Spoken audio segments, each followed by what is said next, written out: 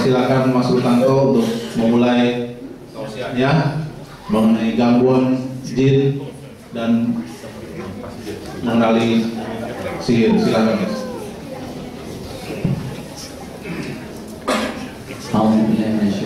Bismillahirrahmanirrahim.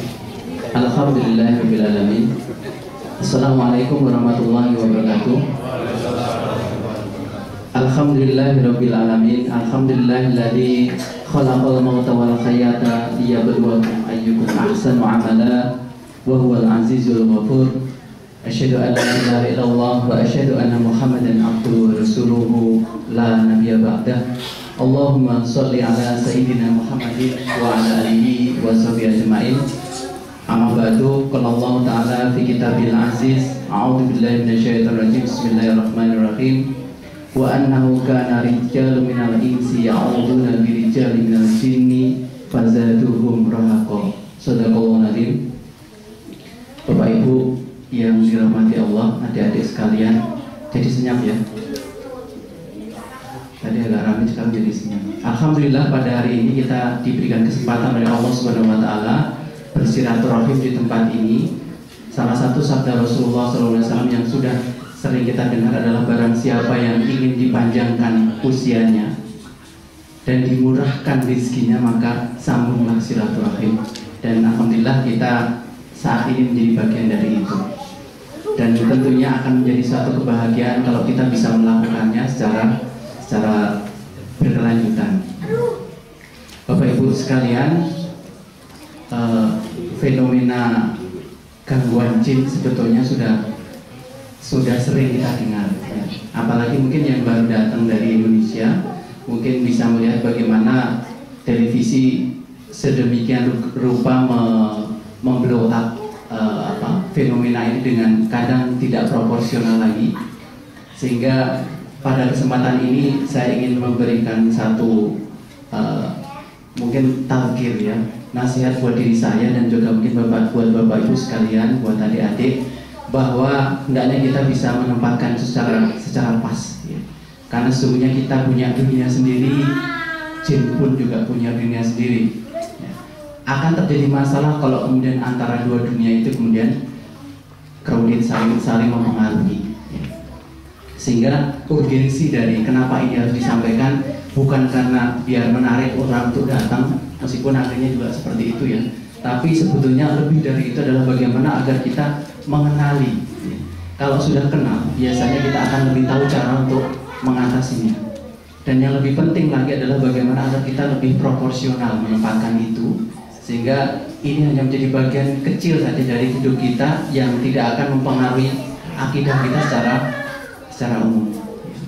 Bapak Ibu sekalian yang dirahmati Allah Subhanahu wa taala, bahwasanya dalam pembukaan tadi saya menyampaikan salah satu ayat di dalam surah Jin yang artinya antara lain adalah, dan laki-laki di antara kalangan manusia itu ada yang meminta tolong kepada laki-laki dari kalangan jin, dan Allah semakin menambah urusannya menjadi semakin rumit. Jadi mungkin akan saya mulai dari pertama adalah dari sebab-sebab jin itu bisa masuk ke tubuh manusia, ke tubuh orang. Kemudian yang kedua, ada tanda-tandanya kalau kita baik ketika sadar maupun ketika kita sedang tidur.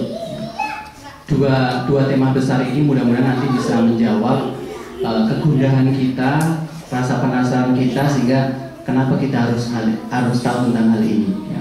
Sebelum saya masuk ke cerita yang lebih lanjut lagi, saya ingin menukilkan salah satu fenomena yang saya pernah temui ketika ada orang yang dia hampir dipastikan sudah dari rumah sakit sudah divonis bahwa dia kena sakit tetanus, sehingga waktunya tinggal menunggu tinggal hitungan jam. Tapi ternyata sehari dua hari orang tersebut tidak pernah nggak meninggal, sampai kemudian pihak rumah sakit angkat tangan karena penyakitnya unik, tidak bisa dikenali oleh medis. Sampai kemudian dia berbulan-bulan dia terbaring lemah di atas tempat tidur karena lehernya tidak bisa ditekuk. Jadi bagian belakang itu seperti ada kayunya. Sampai suatu ketika dia datang ke satu tempat dan minta ruqyah kepada saya. Dan ketika itu saya tanyakan, wahai bapak, apakah bapak punya ajimat atau punya senjata atau punya bungkusan atau punya raja atau apapun namanya yang sekarang bapak simpan. Kemudian dengan agak ketakutan, rupanya dia tidak langsung menjawab, melainkan saling berpandangan antara dia dengan putranya yang sakit. Putranya itu seorang polisi. Nanti kalau pengen tahu orangnya bisa saya sambungkan dengan orangnya sebagai bukti otentik. Jadi ketika kemudian saya tanya seperti itu, dia tidak mau menjawab, bahkan saling berpandangan. Akhirnya saya katakan, Pak, mohon maaf, waktu saya terbatas, jadi saya tidak bisa melanjutkan ruqyah kalau bapak tidak mau menyerahkan azimat itu kepada saya. Seminggu kemudian dia datang kepada saya dengan maksud untuk minta diruqyah. Kemudian waktu itu saya heran, loh kok sudah bisa jalan? Rupanya iya, Pak, jimatnya sudah saya kembalikan. Saya punya bungkusan 2, yang satu sudah saya kembalikan. Terus ini masih punya satu lagi. Kenapa nggak dikembalikan semuanya? Karena ini untuk saya. Kemarin kenapa saya tidak mau bilang? Karena dipeseni oleh yang ngasih jimat itu, jangan dikasih ke siapapun. Kalau memang nggak mau, kembalikan lagi ke saya. Akhirnya waktu itu karena memang kebetulan banyak juga yang hadir, kemudian saya sampaikan, Bapak Ibu sekalian tolong perhatikan, hanya melalui kantong kecil berwarna hitam yang isinya kita juga belum tahu, saya juga belum tahu isinya, kita bertawakal bukan kepada Allah Subhanahu wa Ta'ala, tapi kepada benda sekecil ini. Sebetulnya itulah titik permasalahan. Kita memindahkan ketawakalan kita, ketakutan kita, rasa aman kita bukan kepada Allah, tapi kepada benda yang belum tentu dia bisa menyelamatkan dirinya sendiri. Bahkan ketika kita bakar pun nggak ada masalah. Kemudian waktu itu saya sampaikan, kalau memang benda ini memiliki dampak kalau kita musnahkan, maka cobalah kita saksikan secara bersama-sama. Di hadapan jamaah waktu itu saya tunjukkan, saya buka dulu isinya apa. Ternyata isinya hanyalah sehelai cuman secuil kulit rusa. Kemudian ada di situ kertas yang tulisannya juga nggak jelas, dan ada beberapa butir beras. Bapak Ibu sekalian, kita hanya bertawakal kepada benda sekecil ini. Padahal Allah Subhanahu wa Ta'ala itu amat sangat pencemburu. Ketika kita sujud saja, sujud kita bukan pada Allah, Allah tinggalkan kita dengan siapa kita bersujud itu. Kita zikir sebelumnya khusyuk, ya. Tapi ketika kemudian tiba-tiba ada calon mertua dari samping, kemudian kita tambah khusyuk lagi. Saat itulah Allah meninggalkan kita, karena kita tidak lagi beribadah pada Allah, tapi pada selainnya. Nah, kembali kepada cerita tadi, ketika kemudian saya bacakan ayat kursi, kemudian saya tiupkan di atas benda itu, kemudian saya bakar, saya bertanya apakah ada dampaknya, saya bertanya begitu, dan jamaah serempak mengatakan tidak ada. Maka kemudian pada saat itu saya kemudian melakukan prosesi ruqyah, dan diketahui bahwa si pemuda tadi masih kemudian langsung menggelepar-gelepar, dan kemudian dia kemudian saya siram dengan air ruqyah, dan kemudian dia alhamdulillah sembuh total, sehingga yang sempat divonis sebagai orang yang terkena tetanus sehingga tidak bisa bergerak lagi, bahkan dari tidur ke bangun aja luar biasa lamanya, bisa sampai 15 menit lamanya, dan peringatan nggak karu-karuan. Akhirnya kemudian dia sembuh, dan seminggu kemudian dia nelpon saya, alhamdulillah sudah sembuh dan saya sudah bisa bertugas lagi. Bapak Ibu sekalian, itu hanyalah salah satu dampak kecil dari ketika tubuh kita diganggu oleh makhluk yang namanya jin, ya. Bahkan ada di antaranya yang sampai bertahun-tahun sampai tidak bisa berjalan, ya. Bahkan saya pernah meruqyah orang yang kemudian dari sebelumnya tidak bisa berjalan berbulan-bulan, kemudian ketika saya ruqyah dia pulang dengan berjalan kaki dan luar biasa bahagianya. Itu adalah sebentuk fenomena-fenomena fisik di mana keberadaan makhluk itu terkadang mempengaruhi kita, tidak saja secara psikologis, secara akidah, tapi juga secara fisik mengganggu. Oleh karena itu kita kenali dulu kira-kira kenapa dia masuk ke tubuh kita, ada apa gerangan gitu ya. Yang pertama adalah karena jin itu menyukai kepada kita. Bapak Ibu sekalian mungkin pernah dengar bagaimana orang yang katanya nikah dengan jin ya. Itu bukan bohong, tapi memang beneran. Pernah suatu ketika ada seorang ustadz yang cerita ke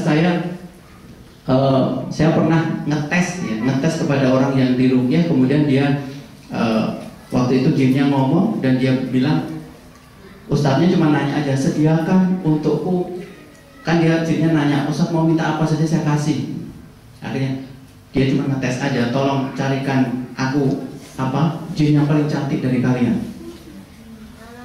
Tapi apa komentar itu? Mohon maaf, yang paling cantik dari kami adalah yang paling buruk dari kalangan kalian. Nah, jin itu bisa mencintai kita ketika kita memang ketika karakter kita itu masuk sesuai dengan apa yang disukai oleh jin. Nanti kita akan bahas lebih lanjut bagaimana tanda-tanda kalau jin itu mencintai seseorang. Kalau sudah cinta itu dia sudah masuk ke dalam tubuh dan dia akan sering menemui kita. Itu yang pertama ya. Yang pertama adalah karena jin itu mencintai manusia, atau memang manusia itu juga mencintai jin. Ya. Yang kedua adalah adanya perjanjian dari para leluhur kita ketika dia menerima satu azimat atau kekuatan atau kesaktian, di mana di situ biasanya ada perjanjian untuk mewariskan kepada anak turunnya, dan kita nggak tahu. Oleh karena itu banyak diantaranya fenomenanya adalah ketika cucunya sudah lahir, misalnya cucunya bisa melihat, oh di situ ada, atau sering ngobrol sendiri, atau sering bermain-main dengan asik dengan dunianya, dengan makhluk lain. Ya. Itu diantaranya karena ada perjanjian antara neneknya atau mungkin buyutnya, atau bahkan ibunya atau bapaknya dengan jin, bahwa nanti dia akan mewariskan kemampuan itu kepada orang yang dipilihnya. Ya. Itulah yang terkadang given seperti itu kadang kita nggak sadar. Yang berikutnya, kita secara tidak sengaja mengganggu habitat dari jin. Nah, untuk tahu habitat jin kita harus tahu di mana sih jin-jin itu tinggal. Rasulullah SAW menerangkan bahwa ada banyak tempat yang menjadi tempat tinggalnya jin. Di dalam hadis yang diriwayatkan oleh Muslim, tempat tinggal jin antara lain adalah gua dan rumah-rumah kosong. Kemudian di lubang-lubang sesuai dengan hadis riwayat Abu Dawud, Nasai dan Ahmad. Kemudian di rumah-rumah manusia, sebagaimana di hadis riwayat Abu Bakar, sebagaimana ditulis oleh Ibnu Hajar dan dalam Fathul Bari. Ya. Dan juga di toilet atau di jamban, hadis riwayat Abu Dawud dan Nasai. Dan di beberapa tempat lain. Ya. Jadi itu di antara habitat-habitat jin. Artinya itu tempat tinggal mereka. Ya. Ada juga yang di bawah pohon. Ya. Oleh karena itu Rasulullah melarang kita untuk, mohon maaf, buang air kecil di lubang-lubang binatang, nggak boleh. Karena bisa jadi menyakiti mereka. Ya. Ada yang sampai kemudian tarafnya diganggu. Ya, diganggu gara-gara dia secara tidak sengaja pipis di bawah pohon. Jadi secara tidak sengaja kita mengganggu habitat mereka. Ya. Di Surabaya saya pernah menemui ada seorang wanita muslimah yang dia karena sering membuang air panas di kitchen sink. Jadi mohon maaf ibu-ibu, kalau buang air panas di kitchen sink sebaiknya baca bismillah dulu atau dicampur dulu dengan air dingin. Jangan langsung dibuang air mendidih, langsung dibuang situ. Bisa jadi menyakiti mereka. Karena ada sebuah kisah di mana ada seorang yang akhirnya dia dimasuki itu karena jinnya sepakat di antara saudara-saudara dan kalangan jin itu kemudian untuk masuk ke dalam tubuh wanita itu, sampai kemudian dia nggak mau keluar lagi. Kalau dia keluar dia akan dibunuh oleh temannya atau dia mati di dalam. Dan itu cukup sulit ketika diruqyah. Jadi Ini yang mungkin harus kita jaga, hati-hati. Makanya sebenarnya syariat Islam yang disunahkan oleh Rasulullah SAW itu sudah luar biasa lengkapnya. Ada adab ketika kita memasuki toilet. Masuk toilet dengan kaki kiri dulu, dengan berdoa terlebih dahulu. Keluarnya pun juga dengan berdoa. Kalau kita mungkin dari halangan manusia mungkin kita bisa menutup pintu, tapi kalau dengan jin kita nggak akan bisa, karena dia bisa melihat kita dan kita tidak bisa melihat mereka. Kemudian yang berikutnya sebab-sebab jin itu mengganggu kita atau sebab-sebab jin itu masuk ke kita adalah karena kita kondisi kita lagi lemah.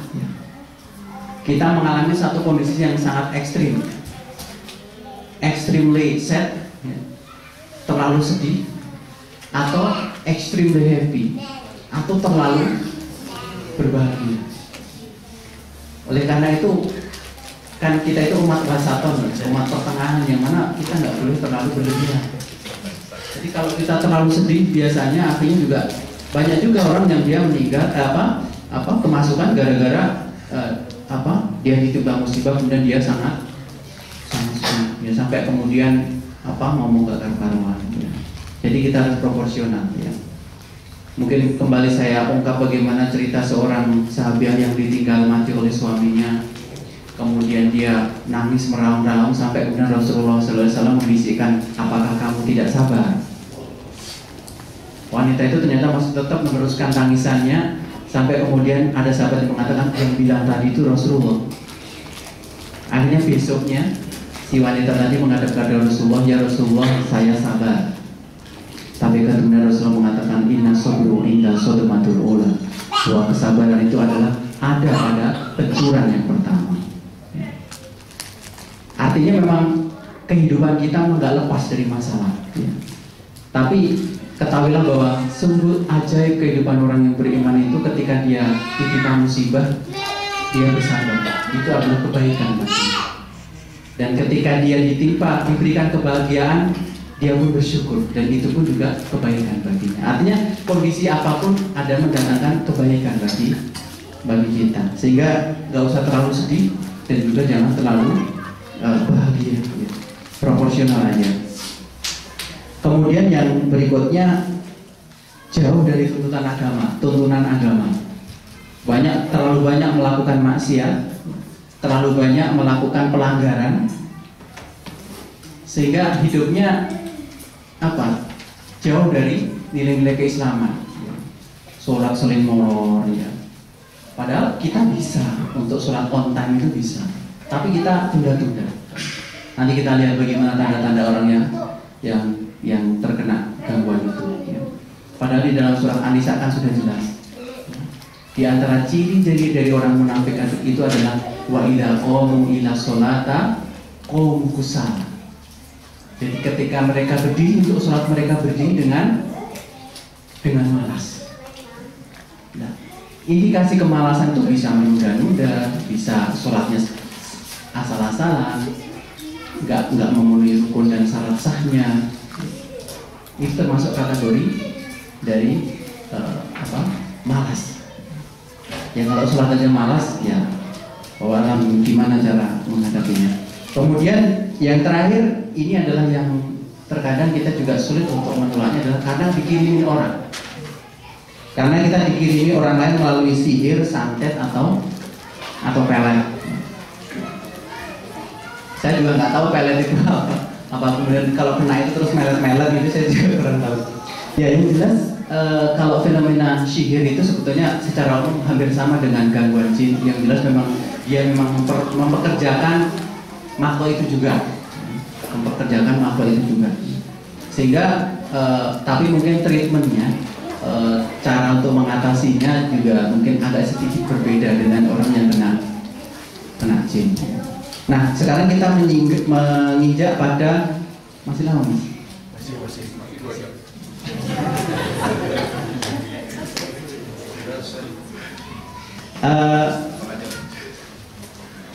Ada hal-hal yang kita bisa kenali, ya. Ada ciri-ciri gejala dari gangguan jin itu pada manusia. Yang ini mungkin nggak usah nengok kanan kiri, nggak usah mikirin siapa, udah pikirin diri sendiri gitu ya. Jadi tanda yang pertama adalah tanda ketika dia tidur dulu. Jadi tanda-tanda orang ketika tidur, karena orang kalau tidur itu kan nggak sadar. Kita bisa mengenali tanda-tandanya. Pertama adalah susah tidur. Kadang-kala baru bisa tidur setelah tengah malam atau menjelang subuh. Jadi ini termasuk insomnia, itu adalah salah satu gejala gangguan tidur. Nah, kalau punya insomnia, mohon untuk bisa introspeksi. Barangkali ada banyak pelanggaran atau mungkin kita bukan orang yang concern terhadap sunnah-sunnah Rasulullah Shallallahu Alaihi Wasallam. Dari kita bangun tidur itu sudah ada doanya, ya kan? Mau kita ke kamar mandi ada doanya, keluar kamar mandi pun demikian. Ketika bercermin ada doanya, ketika pakai baju ada doanya, keluar rumah pun ada doanya. Mustahil orang muslim itu kalau kemudian sampai kena gangguan kalau itu semua dia jaga ya. Yang kedua adalah kalau tidur susah bangun, kalau bangun susah tidur. Jadi kalau tidur itu bisa overtime ya, bisa, jadi tidak hanya kerja ya, tidurnya bisa overtime ya. Jadi dari jam berapa, mungkin jam 8 udah blok gitu ya, habis isya udah blok. Kadang isanya lewat, akhirnya malam mimpi dikejar-kejar hantu karena sholat isanya lewat, sampai subuh juga lewat. Bahkan ada yang bisa tidur sampai berhari-hari. Jadi harus diwaspadai ya. Waspadalah. Jadi susah tidur juga bisa jadi gejala. Kebanyakan tidur pun juga demikian. Kemudian yang berikutnya ini yang kayaknya kebalik ya. Yang berikutnya adalah sering merasa gelisah dan cemas ketika bangun di tengah malam. Jadi sering merasa gelisah, nggak tenang gitu. Kayaknya itu ada aja masalah gitu. Kemudian yang berikutnya waktu mimpi, ya. Mimpi ketemu dengan binatang-binatang buas. Binatang buas kan banyak ya. Yang jelas bukan saya, kalau mimpi ketemu saya bukan. Mimpi ketemu binatang buas itu misalnya mimpi ketemu ular atau mimpi digigit ular. Kalau dulu orang Jawa bilang kalau mimpi digigit ular, wah mau ketemu jodohnya. Mimpi ketemu harimau, mimpi ketemu tikus. Pokoknya makhluk-makhluk inilah binatang-binatang buas. Dan intensitasnya tidak hanya sekali tapi sering. Kemudian mimpi buruk itu juga gejala juga.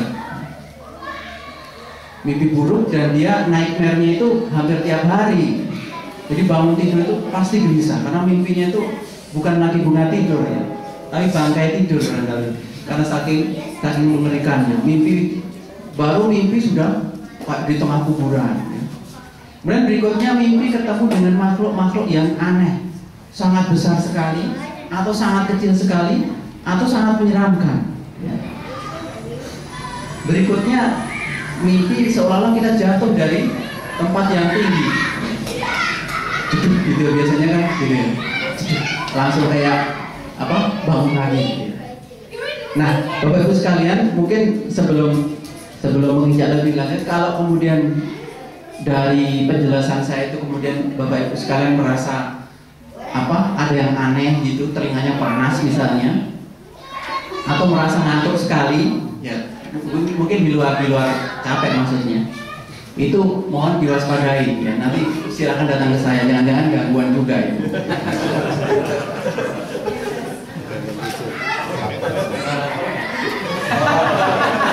Kalau lapar biasanya bunyinya lain, ada bunyi-bunyi yang.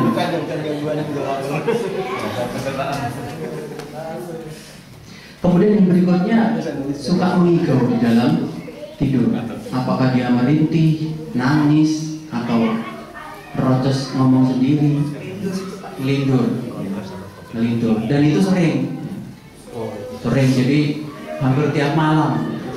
Jadi kadang tahu-tahu keluar mandi, nah, tapi balik lagi. Jadi teman saya dulu pernah itu ada yang mimpi mandi. Ternyata dia ini rumahnya kerocok, bangun-bangun ternyata ada yang bocor, basah semua. Kemudian mendengkur. Tapi mendengkurnya itu sudah stadium 4 kali. Iya, jadi kayak gergaji atau kayak apa gitu ya, kereta lewat gitu. Sampai tetangganya kedengeran, ya itu mungkin perlu diwaspadai. Kalau cuma mendengkur biasa, biasanya karena mungkin orang gemuk atau mungkin karena sangat capek, biasanya memang cenderung untuk mendengkur ya. Kemudian yang berikutnya ketika tidur juga gigi gerahamnya beradu. Apa kalau bahasa Jawa kerot gitu loh. Kayak sampai kayak makan kerupuk gitu. Dan itu sering. Jadi yang saya sampaikan ini sesuatu yang intensitasnya sering ya, bukan sesuatu yang sekali dua kali. Ya kalau mungkin sekali mungkin lagi diganggu, cuman mungkin dia udah lari lagi. Ya. Kemudian mimpi seolah-olah kita dihimpit oleh benda yang sangat berat, sehingga kita hampir tidak bisa bernapas. Kalau orang Jawa bilang apa? Indian, ya, Indian. Nah, kalau itu terjadinya sering kali. Nah, itu perlu diwaspadai. Tindian, jadi Pak, kayak misalnya kayak ditimpa batu gede gitu Pak. Sampai kemudian kita megap-megap gak bisa napas. Atau mimpi ketemu dengan mangkok aneh sampai kemudian kita baca ayat kursi juga nggak bisa. Teriak juga nggak bisa. Sampai kemudian kita gitu, tahu-tahu ya. Nah, berikutnya itu dia sebenarnya masih banyak ciri-cirinya ya, tapi mungkin kurang lebihnya adalah seperti itu. Kemudian yang kedua adalah gejala ketika kita terjaga ya, kondisi kayak gini lah, maksudnya sedang beraktivitas sehari-hari. Ini yang terkadang mungkin kalau kita nggak hati-hati kadang mungkin kita bisa mengenali ya. Pertama adalah ini yang paling sering, yaitu sering merasa was-was. Was-was tahu ya, was-was. Di surat An-Nas itu kan alladzi yuwaswisu fi sudurin nas. Jelas sekali di surat An-Nas itu adalah kerjaannya jin memang untuk membuat waswisu, was-was di dalam. Jadi kita udah wudu, tapi rasanya kok ini belum sempurna. Ini wudu lagi, berulang kali sampai bisa sampai 10 kali. Bahkan ketika sholat pun juga was-was. Allahu Akbar. Allahu Akbar. Sampai 3 atau 4 kali lagi. Harus diwaspadai. Ya. Meskipun itu juga kadang memang karena kita terbiasa, tapi kalau kemudian kita sudah tidak bisa mengendalikan lagi, sampai kemudian taraf sholat jamaahnya terlambat gara-gara wudu nggak jadi. Tapi masih ada yang kurang bahasa sini, boleh lagi itu lagi was-was. Jadi itu juga bagian dari termasuk gelisah juga. Berikutnya saya juga nggak hafal namanya, bawa perpean, takutnya ngelantur nanti. Suka marah dan kadar emosinya tidak terkendali. Ya. Tapi kadang kita juga harus waspada, ada yang bad temper ya. Jadi memang sumbu pendek, dikit-dikit gampang marah. Tapi kalau yang ini gejalanya itu kadang nggak ada alasan pun dia juga kadang marah. Gampang banget marah, gampang banget kepancing. Tapi setahu saya orang sumbu pendek pun kalau mungkin sesuatu yang tidak terlalu prinsipil, dia biasanya tidak akan terpengaruh. Ya. Ini dengar pintu dibuka aja pengen marah karena bunyi derit, udah pengen marah, gampang banget terpancing emosinya. Berikutnya sering mengucapkan atau melakukan sesuatu yang di luar kontrol dari dirinya. Ngomong juga kadang ada yang tahu mungkin apa namanya itu? Latah itu adalah gangguan jin. Jadi mohon diwaspadai. Copot-copotin capot ini.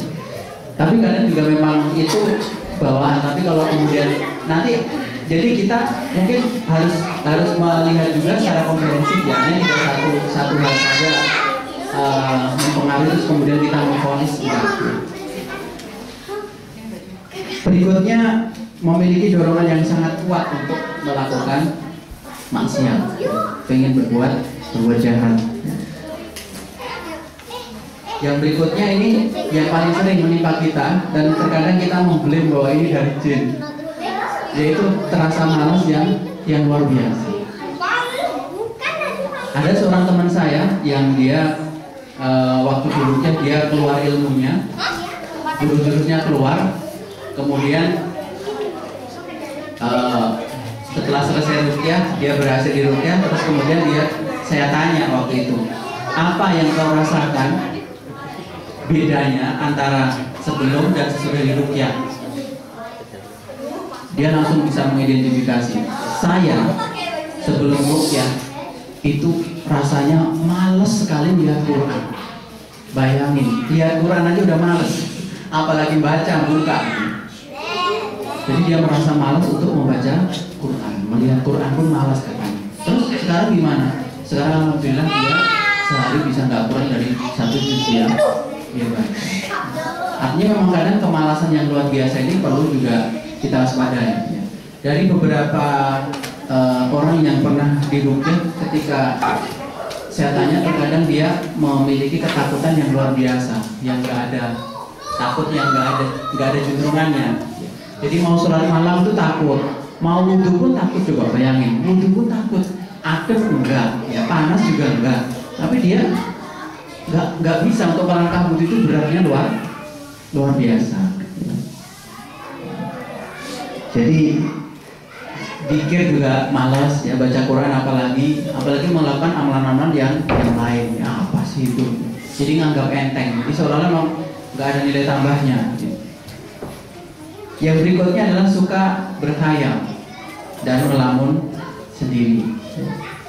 Itu juga tanda-tandanya dia kayak punya dunia sendiri. Dan berikutnya sering pingsan.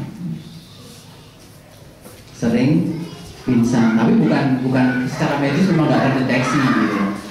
Karena kadang juga memang ada orang yang punya kecenderungan ke sana, tapi di sini ketika secara medis ternyata nggak ada apa-apa. Ini perlu diwaspadai.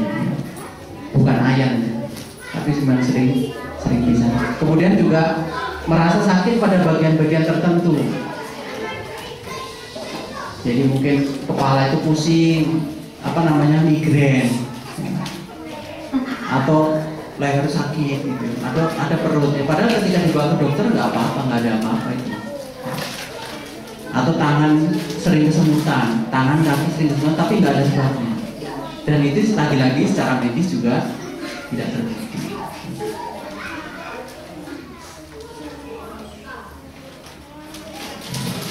Kayaknya nanti akan banyak kita temukan tanda-tanda yang lainnya kalau kemudian ada yang mungkin bisa memberikan respon dari apa yang saya sampaikan ini. Jadi itu barangkali Bapak Ibu sekalian. Nah sekarang mungkin kita agak sedikit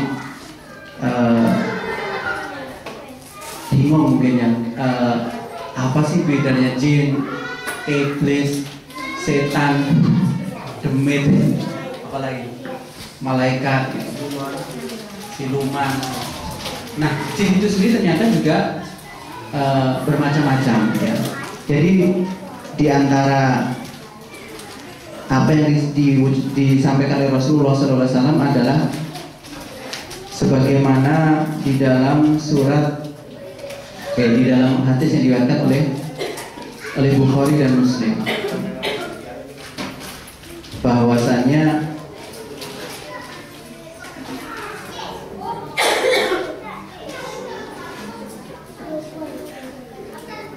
apabila kalian mendengarnya, saya bacakan dulu. Jika dikehendaki, orang-orang tertentu dapat melihat wujud jin. Menurut Rasulullah, beberapa hewan juga dapat melihat jin, sebagaimana dalam sabdanya yang artinya Abu Hurairah berkata, Rasulullah SAW bersabda, apabila kalian mendengar ayam jantan berkuku ruyuk, maka mintalah karunia dari Allah, karena sesungguhnya ayam itu melihat malaikat. Dan apabila kalian dengar ringkikan keledai, berlindunglah kepada Allah dari godaan dan tipu daya setan, karena keledai itu telah melihat setan. Jadi jin itu adalah makhluk yang diciptakan oleh Allah Subhanahu wa taala, sebagaimana dalam surat Al-Hijr ayat 21 nanti bisa dibuka ya, bahwa jin itu diciptakan dari nyala api, dari nyala api. Kalau malaikat dari nur, kalau manusia dari tanah ya. Terus iblis itu siapa ya? Kalau iblis itu adalah memang dia dikenai ayat di dalam Al-Quran yang ketika dia disuruh sujud kepada Adam dia enggan, itulah iblis. Jadi iblis itu adalah jin yang ingkar. Kemudian siapa itu setan? Setan itu sebetulnya adalah perbuatan. Dia bukan makhluk tapi perbuatan. Karena Allah sendiri memaksudkan bahwa yang namanya setan itu dia bisa dari berupa manusia maupun berupa jin.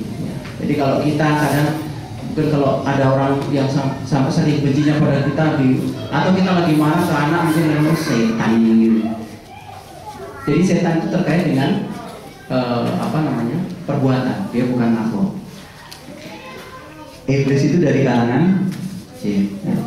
Nah, kemudian saya tegaskan lagi bahwa tempat tinggal jin, ya, tempat tinggal jin ini biar mungkin agak punya gambaran yang lebih luas lagi. Pertama adalah sebetulnya kapan sih jin itu keluar? Ada hadis yang diriwayatkan oleh Bukhari dan Muslim bahwa Rasulullah SAW bersabda, apabila sore hari menjelang malam tiba, tahanlah di rumah anak-anak kecil kalian, karena pada saat itu setan berkeliaran, ya, jin berkeliaran. Apabila permulaan malam sudah tiba, diamkanlah anak-anak kalian di dalam rumah, tutuplah pintu-pintu termasuk jendela kalian dengan terlebih dahulu menyebut nama Allah, karena jin tidak akan dapat membuka pintu yang terkunci dengan menyebut nama Allah Subhanahu wa taala. Dan ikatlah kendi-kendi air kalian. Kirab adalah jamak dari kurbah, yaitu tempat menyimpan air yang terbuat dari kulit ya. Sambil menyebut nama Allah. Tutuplah bejana-bejana atau wadah-wadah kalian sambil menyebut nama Allah, meskipun hanya ditutup dengan asap sesuatu ala kadarnya. Dan matikanlah lampu-lampu kalian kalau mau tidur ya. Di dalam hadis riwayat Tabrani ya, yang dengan sanad hasan dari Al-Hakim dan Baihaqi dengan sanad yang sahih di Shahihul Jami ya, disebutkan bahwa Rasulullah SAW bersabda, jin terdiri atas 3 kelompok, yaitu satu kelompok memiliki sayap, mereka terbang di udara dengannya, satu kelompok berbentuk ular dan anjing, dan satu kelompok lagi berdiam diri di tempatnya dan melakukan petualangan. Ada beberapa tempat tinggal jin sesuai dengan sabda Rasulullah yang diriwayatkan oleh Muslim. Sesungguhnya jika kamu mampu, janganlah engkau menjadi orang yang pertama kali masuk pasar dan terakhir kali keluar darinya, karena sesungguhnya pasar adalah medan peperangan setan atau jin dan di dalamnya yang menancapkan bendera. Jadi tempat tinggal jin itu salah satunya yang pertama adalah pasar. Makanya kalau masuk pasar jangan lupa berdoa. Berikutnya adalah tempat-tempat buang hajat, tadi sudah disebutkan. Kemudian termasuk juga adalah bersama dengan tempat binatang. Kandang-kandangnya itu juga tempat tinggal jin ya, dan juga di rumah-rumah yang dia tidak pernah dibacakan Al-Quran ya. Seperti yang diriwayatkan oleh Muslim, janganlah kalian jadikan rumah-rumah kalian sebagaimana kuburan, sehingga jin akan lari dari rumah-rumah yang dibacakan di dalamnya surat Al-Baqarah. Jadi kalau Rasulullah SAW juga mengibaratkan rumah yang tidak pernah dihiasi dengan Quran itu seperti kuburan. Makanya di antara sabda beliau, nawir rumah nazilakum bikiraatil Quran, hiasilah rumahmu dengan bacaan Al-Quran. Kemudian yang berikutnya tempat tinggal jin itu juga di lautan. Oleh karenanya mungkin ada yang mungkin pernah ikut tenaga dalam atau apa, mungkin bisa introspeksi ya. Artinya banyak di antara tenaga dalam atau bela diri itu yang kemudian dia harus tanpa beranta atau kemudian mengosongkan pikiran. Pada saat seperti itulah sebetulnya jin itu dimasukkan ke dalam diri kita. Termasuk diantaranya adalah di lautan. Lautan itu dikabarkan oleh Rasulullah melalui hadis riwayat Muslim, sesungguhnya iblis meletakkan singgasananya di lautan.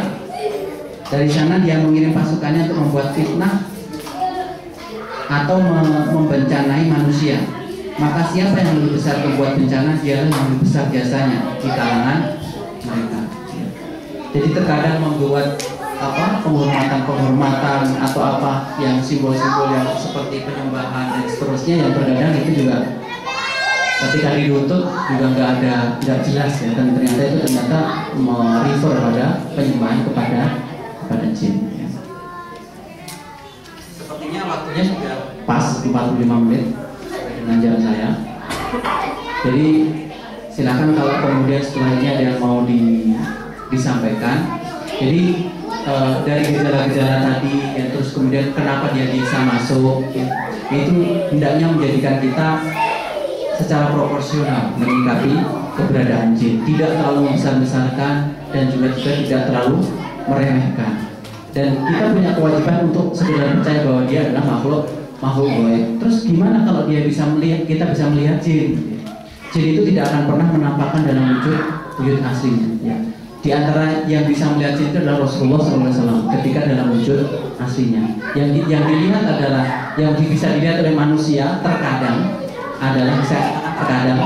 karena hanya orang yang memiliki kemampuan saja katanya bisa melihat jin, yaitu ketika jin itu berubah dari wujud aslinya, apakah berupa kuntilanak atau genderuwo atau apa gitu ya, tuyul bahkan. Nah, yang bisa melihat itu biasanya memang di matanya juga ada temannya. Artinya kalau kita mengaku melihat sesuatu, maka ketahuilah bahwa itu bukan sebuah keistimewaan, bukan indera keenam, bukan, itu adalah gangguan yang memang harus dibersihkan. Karena itu secara psikologis juga akan mempengaruhi kita secara langsung maupun tidak langsung, apalagi kepada secara kita. Oleh karena itu kalau ada di antara keluarga kita yang seperti itu, sebaiknya segera dibersihkan ya. Karena berarti di matanya masih ada makhluk itu, dan tidak selayaknya mereka ada di dalam kita. Karena sebagaimana dalam surah Ad-Dariyat ayat 56, Allah Subhanahu wa taala berfirman, "A'udzubillahi minasyaitonir rajim, wa ma khalaqtul jinna wal insa illa liya'budun." Sesungguhnya aku ciptakan jin dan manusia tidak lain untuk beribadah. Jadi yang punya kewajiban beribadah itu tidak hanya manusia, tapi juga jin. Dan dia tidak akan bisa melakukan ibadah yang sempurna manakala dia berada di berdiam diri di tubuh orang. Itu barangkali yang dari saya, Pak. Mungkin kalau ada yang mau didiskusikan silakan. Kalau mungkin saya nggak sampaikan, nanti saya tanyakan kepada yang lebih tahu ya. Wallahu a'lam walakum minkum, kalau ada yang salah dari saya dan kalau sebenarnya datangnya dari Allah Subhanahu wa taala. Assalamualaikum warahmatullahi wabarakatuh. Untuk selanjutnya sesi pertanyaan, silakan Pak yang ingin bertanya atau Ibu. Mungkin ada pengalaman pribadi atau ingin bertanya mengenai materi yang sudah disampaikan sama Mas Rusmanto, silakan. Ya, silakan. Assalamualaikum warahmatullahi wabarakatuh. Mungkin sangat menarik sekali tadi tema yang disampaikan oleh Pak Ustadz. Kayak di sini mungkin saya ingin sekadar sharing aja, ada sedikit pengalaman terkait dengan masalah kesehatan. Mungkin tadi yang disampaikan Pak Ustadz itu gejalanya itu adalah gejala-gejala yang bisa diamati dalam jangka waktu yang lama. Kayak mungkin kalau di sini Bapak Ibu sekalian mungkin kadang-kadang pernah tahu tiba-tiba ada orang yang teriak atau mungkin dalam istilahnya kesurupan gitu kan. Mungkin gejalanya dalam artian orangnya jadi gelisah, jadi teriak-teriak, tidak bisa mengontrol dirinya, dan itu mungkin bisa dikatakan mungkin kalau dari saya di bidang medis, saya juga dokter juga, dari bidang medis itu memang kadang-kadang gejala kesurupan dengan gejala panik atau serangan panik itu sangat mirip sekali.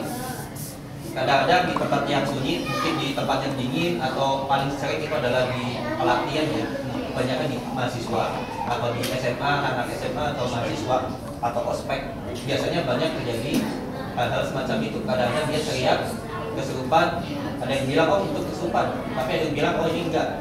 Tapi di sini yang perlu garis bawahi, mungkin cuma sekedar sharing aja, bahwasanya gejala kesurupan dengan sangat panik sangat mirip sekali. Tapi di sini kita mungkin bisa membedakan dari pengalaman saya, itu kalau misalnya dia kesurupan, biasanya yang dilihat adalah pupil mata. Jadi kalau di mata itu ada semacam lubang tengah itu kan namanya pupil. Kalau dia kesurupan, biasanya dia akan melebar. Sedangkan kalau dia cuma sangat panik atau istilahnya gangguan panik, itu dia tidak ada perubahan pada pupilnya. Nah itu mungkin yang misalnya Bapak Ibu sekalian mungkin nanti akan mengalami pengalaman yang sama, nanti bisa membedakan oh ini kesurupan, ini enggak. Nah kalau misalnya dia cuma gangguan panik, saran saya di sini cuma dipisahkan dengan orang-orang yang di sekitarnya dan dia di dalam artian ditenangkan, karena biasanya serangan panik dia muncul akibat dia gelisah, takut, atau dia kecapean. Itu sangat seringkali terjadi. Biasanya pada waktu pelatihan ospek, jadi kadang-kadang kebetulan pada waktu dulu saya jadi panitia itu ada banyak sekali, ada yang kesurupan dan juga ada yang panik. Mungkin ada juga yang satu kesurupan tiba-tiba kok banyak yang teman-temannya pada teriak semua. Oh jangan-jangan kesurupan semua. Padahal belum tentu itu kesurupan, bisa aja teman-temannya itu karena dia takut, karena dia kesurupan dia jadi panik. Nah mungkin itu yang sekedar sharing aja. Kalau memang ada semacam itu, kenapa kok biasanya ada orang yang kesurupan itu harus dipisahkan, atau mungkin ada yang panik dipisahkan karena dia bisa secara emosi dan pengaruh yang lain. Dan kalau memang itu betul kesurupan ya, sekali lagi mungkin kita bisa merujuk ke ustaz atau mungkin dipanggilkan dalam artian kiai atau ulama yang ada di sekitar situ. Jadi itu aja yang sudah sharing atau pengalaman dari saya pada waktu itu, karena banyak sekali kejadian-kejadian seperti itu, bingung, oh ini kesurupan, jadi dibilang kesurupan, padahal belum tentu itu adalah kesurupan. Mungkin dengan bapak-bapak ibu semua di sini, semoga bisa bermanfaat. Jadi materi PDM berikutnya ya. Silakan Pak Iman. Menumpang. Belum bertanya Pak Iman menumpang. Definisi kesurupan itu apa menurut pembicara? Itu untuk materi. Menurut sisi kedokteran, memang kalau secara khusus mengatakan itu bukan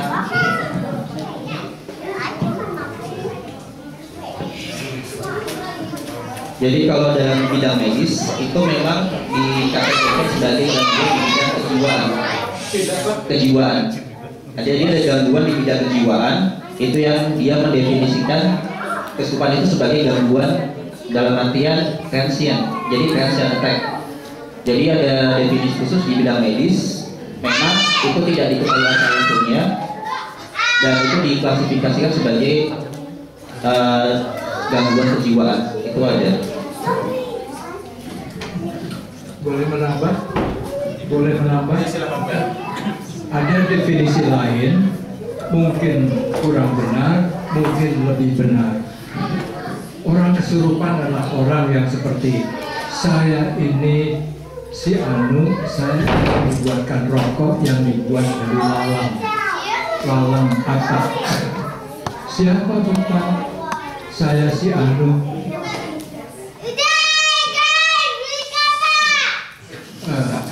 Dari situ bisa didefinisikan kesurupan adalah suatu identifikasi yang total, a total identification of the person to be someone else. Sama dengan waktu kita masih kecil, saya ingin jadi polisi, saya ingin jadi tukang delman dan sebagainya. Dia betul-betul dari tukang delman, sehingga identifikasinya itu bisa 50%, 70%, 80%, dan kalau dia betul-betul berlaku seperti tukang supir delman itu, maka itu terjadi suatu kesurupan, terjadi suatu total identification of person to be something, begitu. Ini definisi yang real menurut psikoanalisa. Begitu Pak. Saya kira yang benar ini definisi dari Bapak.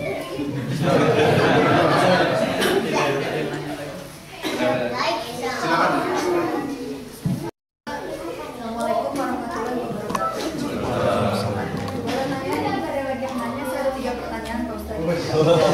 Soalnya menarik sekali. Yang pertama, Satu dulu atau gimana? Sekalian aja ya. sekaliannya takut saya juga keburu lupa. Yang pertama, ini tadi Pak Ustadz ngomong kalau misalnya bicara kalau kita tidak mau malas baca Quran atau malas beribadah, itu seolah-olah kita kemasukan jin ya Pak Ustadz ya. Apa bedanya dengan memang orangnya itu memang malas aja gitu kan? Allah juga mengatakan ada orang-orang yang mau beribadah dan ada orang-orang yang memang dia apa kita menyalahkan jin karena kelakuan kita sendiri yang memang malas untuk beribadah gitu. Itu yang pertama. Yang kedua, saya dulu punya teman Pak Ustadz ya, dia itu bisa melihat seperti tadi yang dikatakan Pak Ustadz bisa melihat orang-orang gitu ya. Zaman dulu terus dia bilang gini, saya pernah ketemu sama prajurit dari Pangeran Diponegoro katanya. Terus dia minta tolong saya ini, terus saya juga pernah ketemu sama orang yang ketabrak, terus minta tolong ke keluarganya apa gitu. Itu dia sampai nggak bisa tidur, pindah-pindah rumah karena itu apa betul atau tidak ya Pak Ustadz itu gangguan jin. Nah, yang ketiga kan diantaranya suka ada tanda-tanda kita merasa nih ya mungkin suatu kali kita diganggu oleh jin gitu. Caranya bagaimana agar kita itu bisa mungkin meruqyah diri sendiri atau menjaga dari gangguan tersebut. Ibu siapa namanya Bu? Rita Pak. Bu Rita ya. Jadi ini juga sekaligus mengingatkan satu hal yang ini. Kalau definisinya tadi ya kesurupan sih, kalau saya mengalami sendiri Pak, kalau kesurupan itu biasanya memang dia memang tidak punya nggak punya jati diri dia. Jadi dia memang orang lain. Jadi ketika kita ruqyah, kemudian yang jawab itu adalah yang bereaksi itu adalah orang lain, bukan dirinya. Ya. Jadi entah siapa si anu si ini, ngaku namanya dia adalah nama dari jin itu. Nah kemudian yang berikutnya terkait dengan pertanyaan yang pertama masalah males ya. Jadi kemalasan di sini adalah dihinggapi oleh orang-orang yang beriman ya. Tentu saja mereka sebenarnya punya komitmen yang tinggi untuk menjadi orang yang baik. Jadi bukan memang dari sononya udah gablek, yaitu memang dari sononya yang nggak beres memang akhirnya. Tapi memang di sini adalah kemalasan yang mungkin bisa saya contohkan ya. Ada seorang apa namanya wanita ya. Dia waktu saya ruqyah dia keluhannya apa? Saya tanyakan. Dia itu sangat susah sekali untuk sholat. Padahal dia muslimah, maksudnya dia muslimah taat gitu loh. Tapi dia itu harus berjuang luar biasa untuk melawan kemalasan itu. Untuk wudhu saja takutnya luar biasa dia. Dan memang ketika di ruqyah memang ada reaksi yang luar biasa susahnya untuk dikeluarkan, dan ternyata memang waktu itu terjadi gara-gara dia kena panas. Waktu itu panas radang tenggorokan karena mungkin ke dokter nggak sembuh-sembuh, akhirnya orang tuanya undang jin untuk dimasukkan ke tubuhnya dan memang sembuh ya, tapi sembuhnya sembuh bohong-bohongan karena ternyata yang timbul adalah justru penyakit kemalasan yang dia alami. Bahkan ketika sholat pun dia kepalanya bergerak-gerak sendiri kayak ular gitu ya, karena bereaksi dia nggak. Jadi jin itu akan sangat kesakitan kalau si empunya melakukan ketaatan. Oleh karena itu dia akan sangat senang kalau empunya itu melakukan kemalasan ya, seperti itu. Dan yang kedua terkait dengan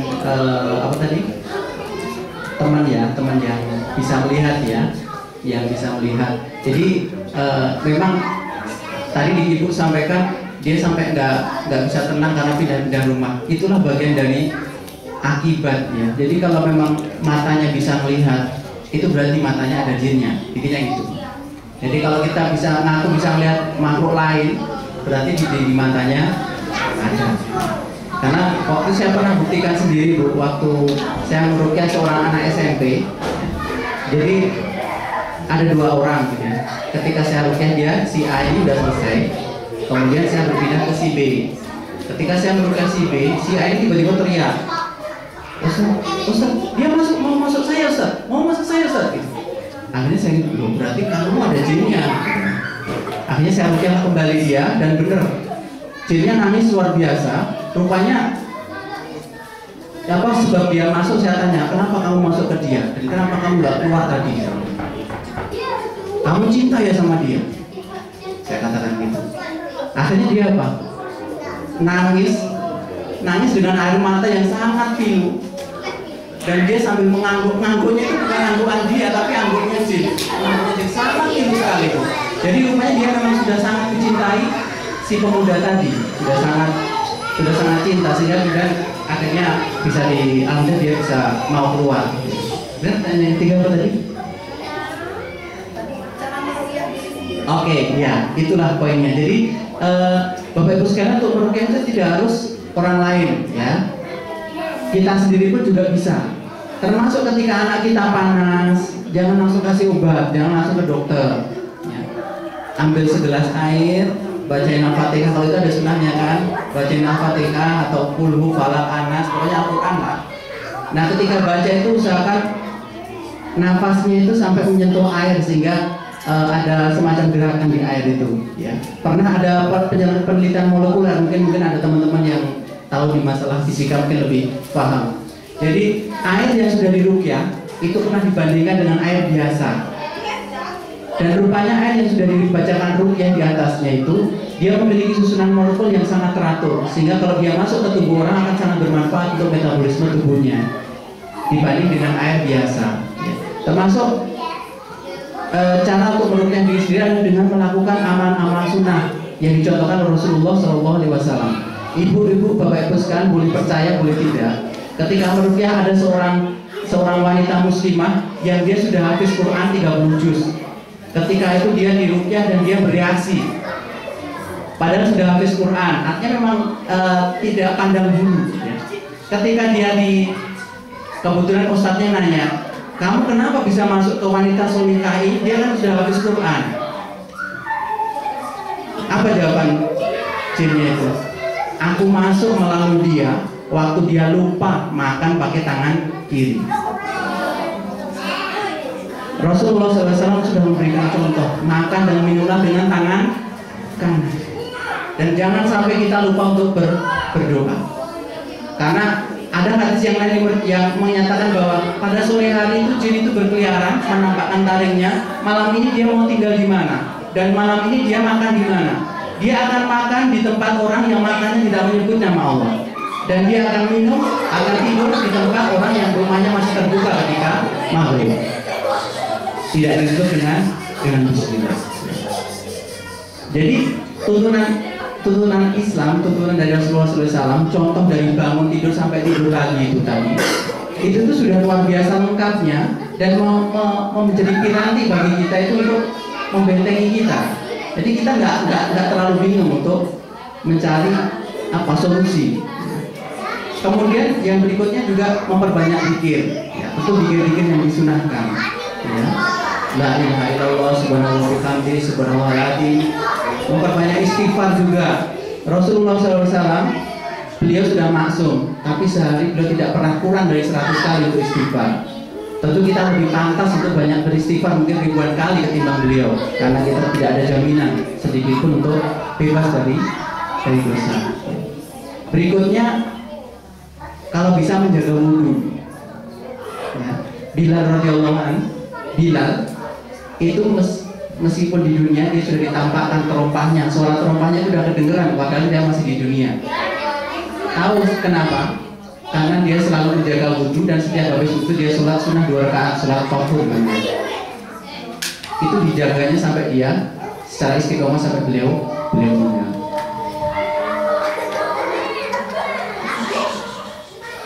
Berikutnya memperbanyak bacaan Al-Quran. Nah, ayat-ayat Quran itu akan sangat menyakiti dia. Jadi akan sangat kesakitan kalau dibacakan ayat Quran, terutama ayat-ayat yang berisi tentang azab, tentang neraka, ya.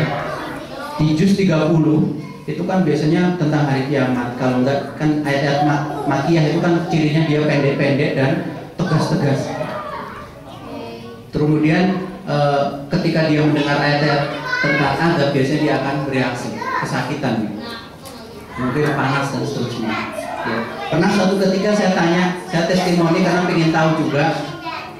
Salah satu orang yang saya rukyah, dia tiba-tiba merasa kepanasan sampai pucat dan keringatnya keluar semua. Sampai kemudian setelah prosesi rukyah saya tanya, tadi kenapa om dibacain ayat kursi aja kayak gitu, saya tanya. Iya, tadi itu ketika saya mulai baca ayat kursi dari ta'awud itu, dari bawah lantai itu keluar kayak cahaya gitu, dan dia menuju ke atas terus makin panas laksana api, jadi makanya dia kepanasan waktu itu. Ya. Jadi memang ayat-ayat Allah ini dalam surat Al-Hasyr ya, nanti bisa dibuka ya. Surat ayat Al-Hasyr itu surat ke-59 yang mungkin bapak-bapak sudah banyak yang hafal ya. A'udzubillahi minasyaitonirrajim. Law anzalna hadzal qur'ana 'ala jabalin lara'aitahu khashi'an mutasaddian min khasyatillah. Wa tilkal amsalu nadribuha lin-nasi la'allahum yatafakkarun. Dan kalau seandainya Quran turun, ayat-ayat Quran turun kepada gunung, bisa akan terbelah karena dahsyatnya Al-Quran. Gunung aja terbelah, apalagi kalau cuma sekedar jin. Jadi pesan saya, untuk meruqyah diri kita, perbanyaklah kita untuk melakukan sunnah-sunnah ya. Adab-adab dalam Islam itu udah komplit, nggak perlu nyari-nyari lagi, udah semuanya ada ya. Bahkan mohon maaf Bapak Ibu, kalau mau berhubungan suami istri pun ada doanya. Nggak ada yang nggak diatur di dalam Islam itu ya. Lagi-lagi kalau makan jangan lupa berdoa, pakai tangan yang kanan. Minum pun juga demikian, biasakan itu. Karena kalau sudah tangan kiri bermain udah nggak akan berkah nanti makanannya ya. Makanya dikatakan bahwa teman-temannya jin-jin yang bareng-bareng sama orang-orang kafir itu, dia jinnya berhubung karena ikut makan.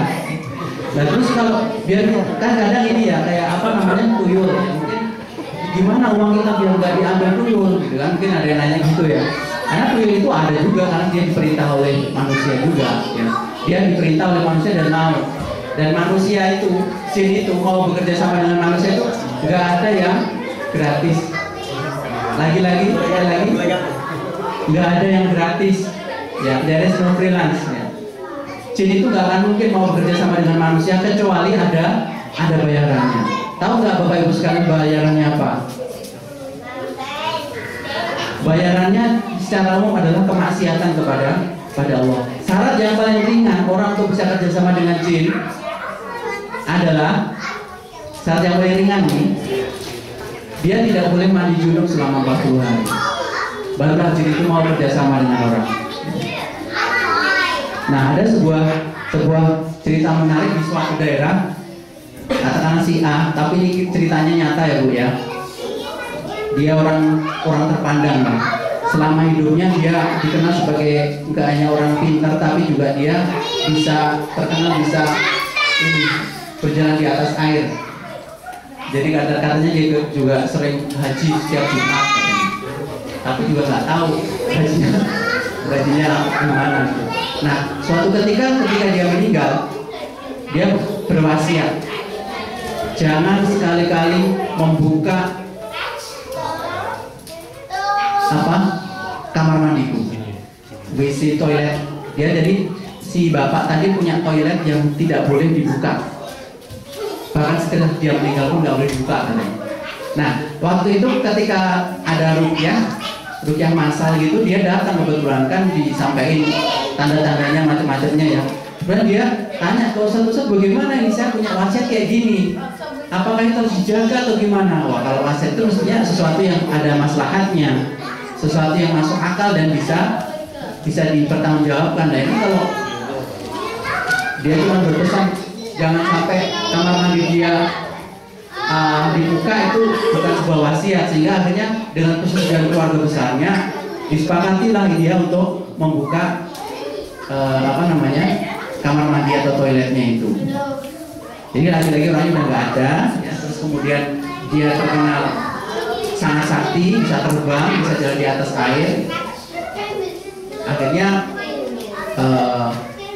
singkat cerita dibukalah wasiat itu, pintu pintu kamar mandi itu, dan begitu buka itu orang yang lihat langsung istighfar semua. Astagfirullahaladzim. Tahu nggak apa isinya?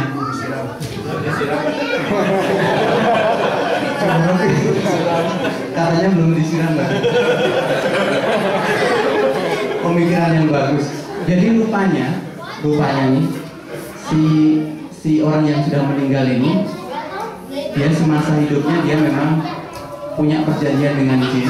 Jadi ada 2 buah Al-Quran yang dijadikan sebagai alas dia untuk buang air. Itu adalah syarat jin itu mau kerjasama, salah satu bentuknya. Ada yang bentuknya yang lain adalah dengan membuat raja. Raja itu di seluruh dunia kitabnya segini. Kalau Bapak Ibu mau tahu, saya pernah ditunjukin kitabnya. Jadi di sini tuh berisi raja-raja, tulisan-tulisan Arab yang kadang kita nggak tahu tulisan Arab berarti Islam ini. Belum tentu. Isinya adalah ayat-ayat Quran yang dipotong-potong nggak karuan. Al-Quran satu ayat itu pun Bismillahirrahmanirrahim adalah satu ayat yang utuh, nggak boleh dipotong-potong. Tapi kalau di dalam raja itu dipotong sedemikian rupa sehingga dibolak-balik ke karuan. Jadi ada yang raja untuk biar dagangannya laris, raja untuk perlindungan diri, raja untuk melet, raja agar omongannya didengar orang, raja untuk tampil cantik, raja untuk kaya, semuanya ada. Ya. Dari A sampai Z ada, bahkan raja untuk bisa tidak diganggu orang pun ada. Nah, tadi kembali ke mana malah rajanya? Toilet ya. Jadi ada syarat yang lain itu, Bu. Ini mungkin Bapak Ibu sekarang menjadi makin merinding lagi. Saya ketika mendengar itu langsung astagfirullah, kan segitunya. Jadi ada jin itu dia mau kerjasama dengan manusia kalau adik-adik kalau jadi itu diantaranya adalah dengan apa? Menulis ayat Quran itu dengan darah haid. Jadi memang apa ya? Nggak ada yang gratis. Intinya adalah mereka mau kerjasama dengan kita kalau ada bayarannya, dan bayarannya adalah kemaksiatan dan kita harus mengorbankan akidah kita. Makanya kembali saya sampaikan dalam surat Jin tadi ya. Dan di antara laki-laki dari kalangan manusia itu ada yang meminta tolong kepada laki-laki dari kalangan jin, dan Allah tidak menambah selain kerumitan. Yang memang rumit akhirnya. Makanya mengaku bisa haji, padahal ternyata cuma pikirannya aja diputar-putar sama jin. Nggak tahu dia ternyata cuma tidur di kebun. Ngakunya itu ibadah. Lah logika aja lah, masa ya kalau kayak gitulah yang punya biro perjalanan haji umroh nggak laku. Katanya bisa haji tiap pekan tanpa naik pesawat. Logik aja nggak masuk akal. Jadi agama Islam itu masuk akal, ya. Tapi jangan diakalin. Cari-cari biar hukumnya menjadi ringan. Terlalu panjang ya? Boleh pertanyaan terakhir, Pak? Masih bisa 2 pertanyaan lagi ya. Pak Ivan silakan. Kalau ini mudah. Tentang was-was, Pak. Pernah saya sholat di Sydney berdampingan dengan orang Arab. Takbiratul sekali Allah. Tapi saya memperhatikan orang di sebelah. Allah. Kembali lagi. Allah. Sampai 3, 4, mungkin 5 kali. Baru setelah itu dia baru membaca yang setelah selesai saya ajak bicara, why do you do that? Look, katanya, kalau saya sholat ini saya sedang melayangkan ruh saya untuk bergabung kembali kepada Maha Pencipta. Dan saya selalu membayangkan ruh saya kembali ke sana.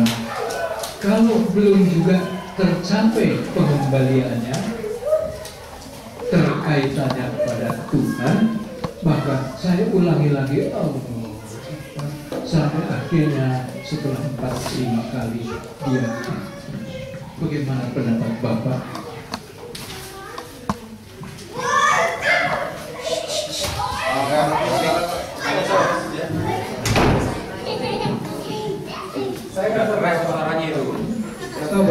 mungkin 2 atau 3. Silakan aja. Assalamualaikum warahmatullahi wabarakatuh.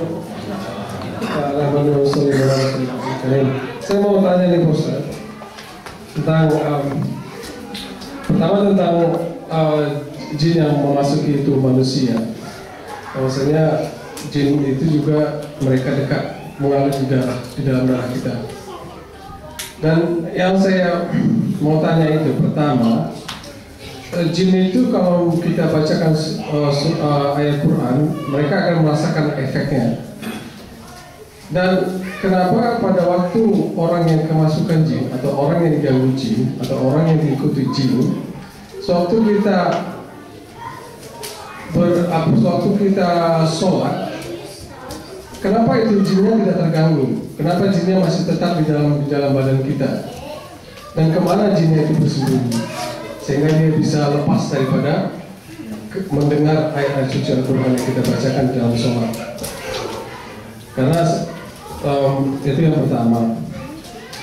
Terus yang kedua, kalau di dalam tubuh manusia kita mempunyai jasad dan nyawa. Dan nyawa ini yang menguasai diri kita. Pada waktu jin masuk ke dalam badan manusia, kan manusia ada perlawanan. Karena kita punya nyawa, kita punya jiwa. Jiwa kita ini akan berlawan dengan jin untuk menolak supaya jin bisa jangan sampai masuk ke dalam badan kita. Kan gitu. Karena jin ini kan berupa menyerang. Karena jin ini kan menyerang jiwa kita sehingga dia bisa kuasai tubuh kita. Itu yang dia kuasai, bukan badan kita sebetulnya, jiwa kita, ruh kita yang dia kuasai sehingga dia bisa kuasai jiwa kita, mengambil alih ruh di dalam badan kita. Nah, yang saya menjadi agak aneh, setelah terjadi pergumulan atau perkelahian antara ruh kita dengan jin ini, kalau kita kalah, maka dia bisa masuk. Tapi ruh kita lari kemana jin? Kemana dia bersembunyi? Apakah ruh kita keluar? Apakah ruh kita masih di dalam badan kita? Dan apa efeknya setelah jin itu bisa masuk ke dalam badan kita? Karena menurut pengalaman saya, satu orang yang pernah dimasuki oleh jin, maka dia akan berkali-kali, jin ini akan berkali-kali bisa masuk ke dalam tubuh dia. Dan katanya sih, karena kita sudah menciptakan lubang untuk jin itu bisa masuk.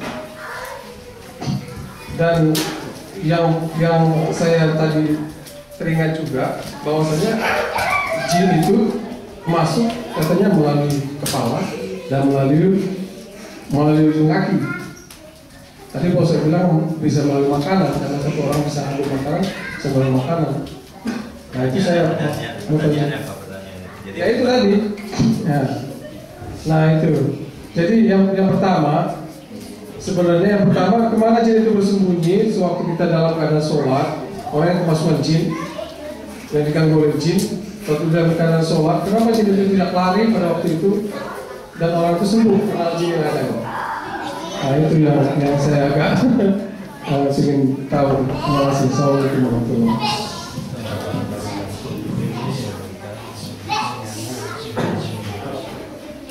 Ya, pertanyaannya menarik semua. Yang pertama tentang orang yang sampai takbirnya berkali-kali dan ketika dikonfirmasi ternyata katanya dia melayangkan ruhnya. Jadi sebenarnya kalau masalah ruh itu ini mungkin termasuk menjawab yang kedua ya. Yas'alunaka 'anir ruh. Qul ruhu min amri rabbik.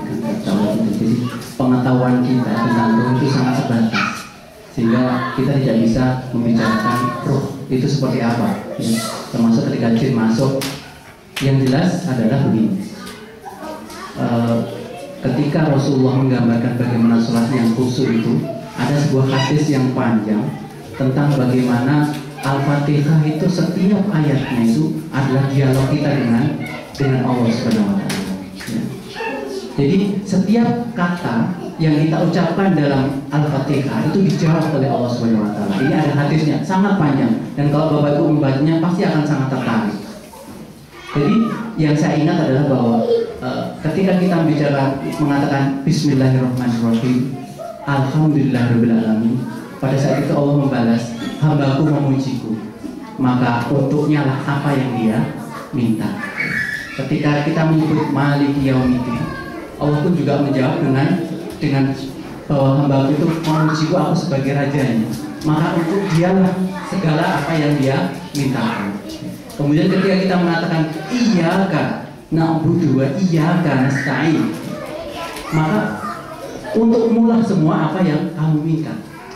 Artinya apa? Sebetulnya sholat itu adalah sarana yang sangat harus kita sadari sebagai dialog terdekat kita dengan Allah Subhanahu wa taala. Bahkan di sebuah hadis disebutkan bahwa saat paling dekat antara hamba dengan Tuhannya adalah ketika sujud.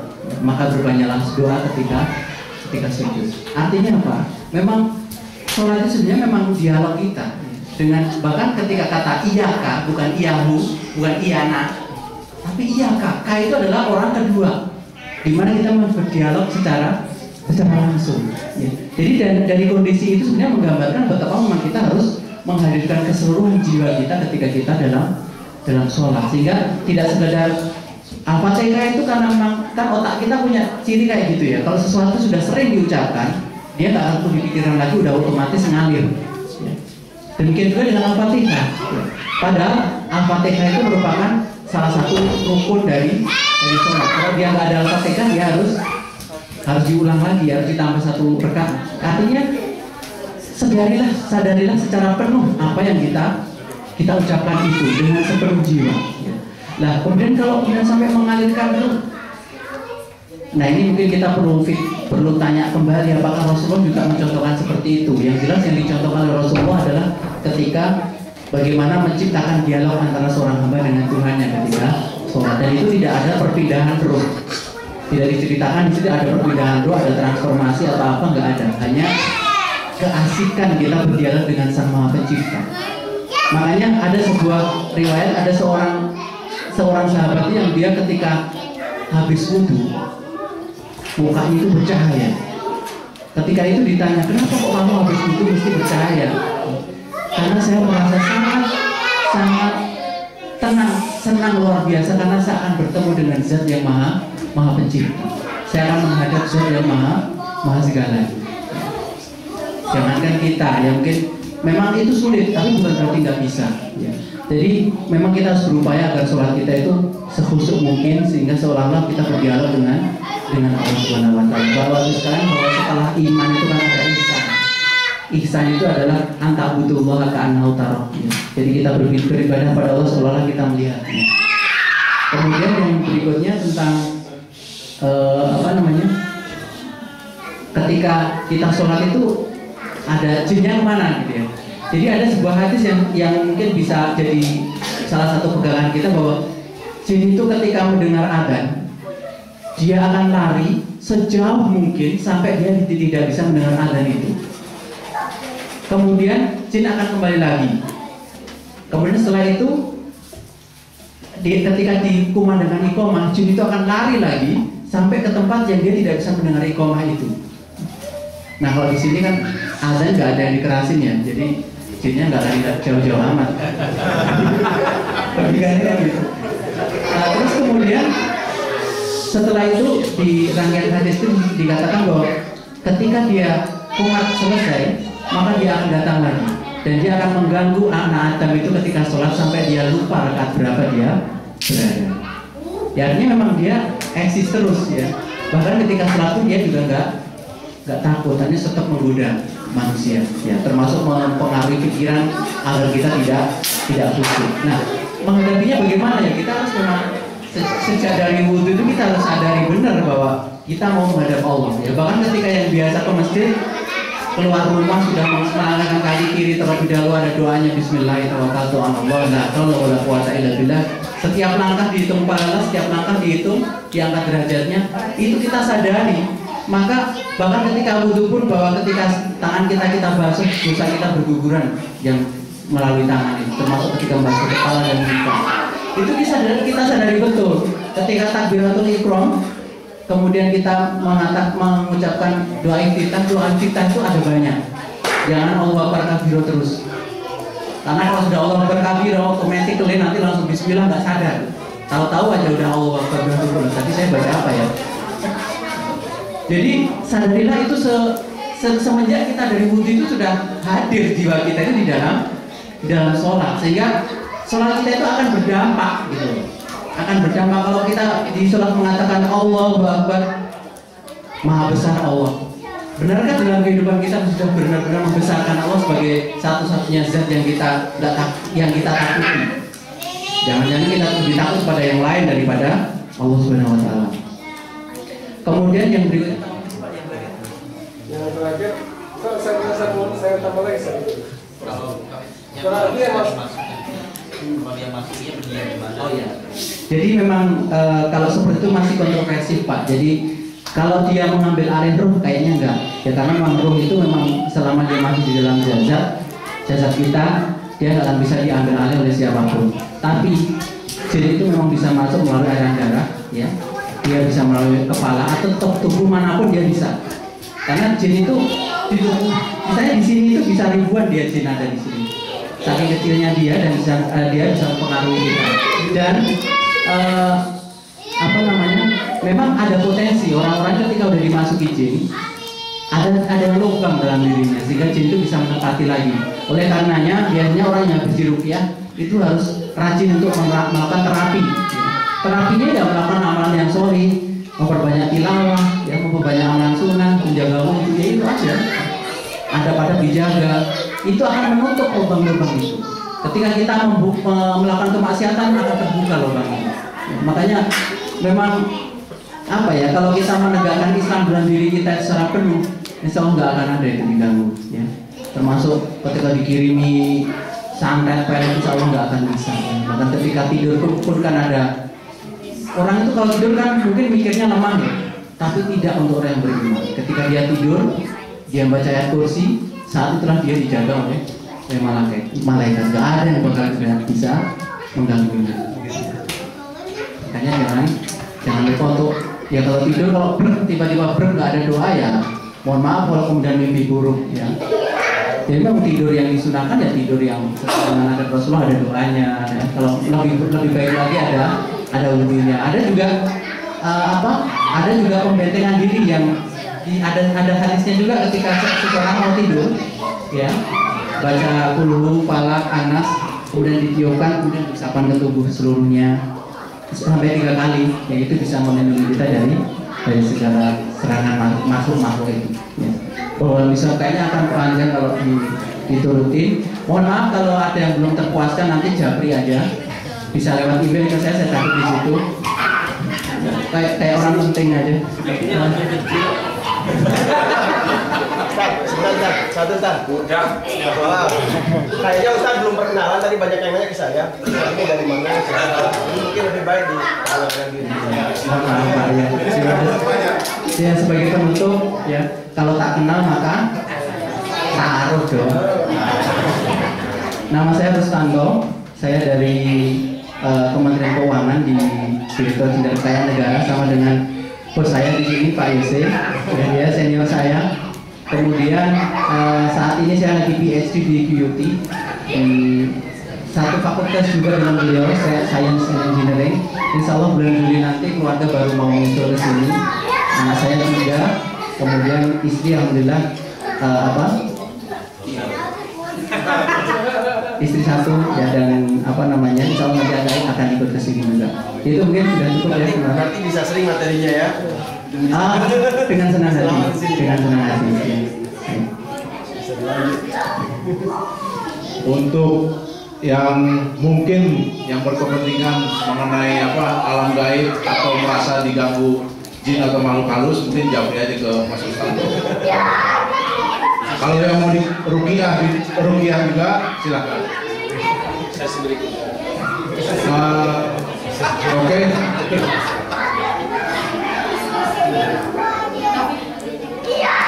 Selanjutnya materi PJM, alhamdulillah sudah selesai. Selanjutnya kita lanjutkan ke acara yang berikut. Ada sedikit promosi dari ini tim Camping Rohani. Ya mungkin Mas Rafki bisa sharing dulu, promosi dulu kepada bapak-bapak, ibu-ibu sekalian mengenai Camping Rohani. Silakan.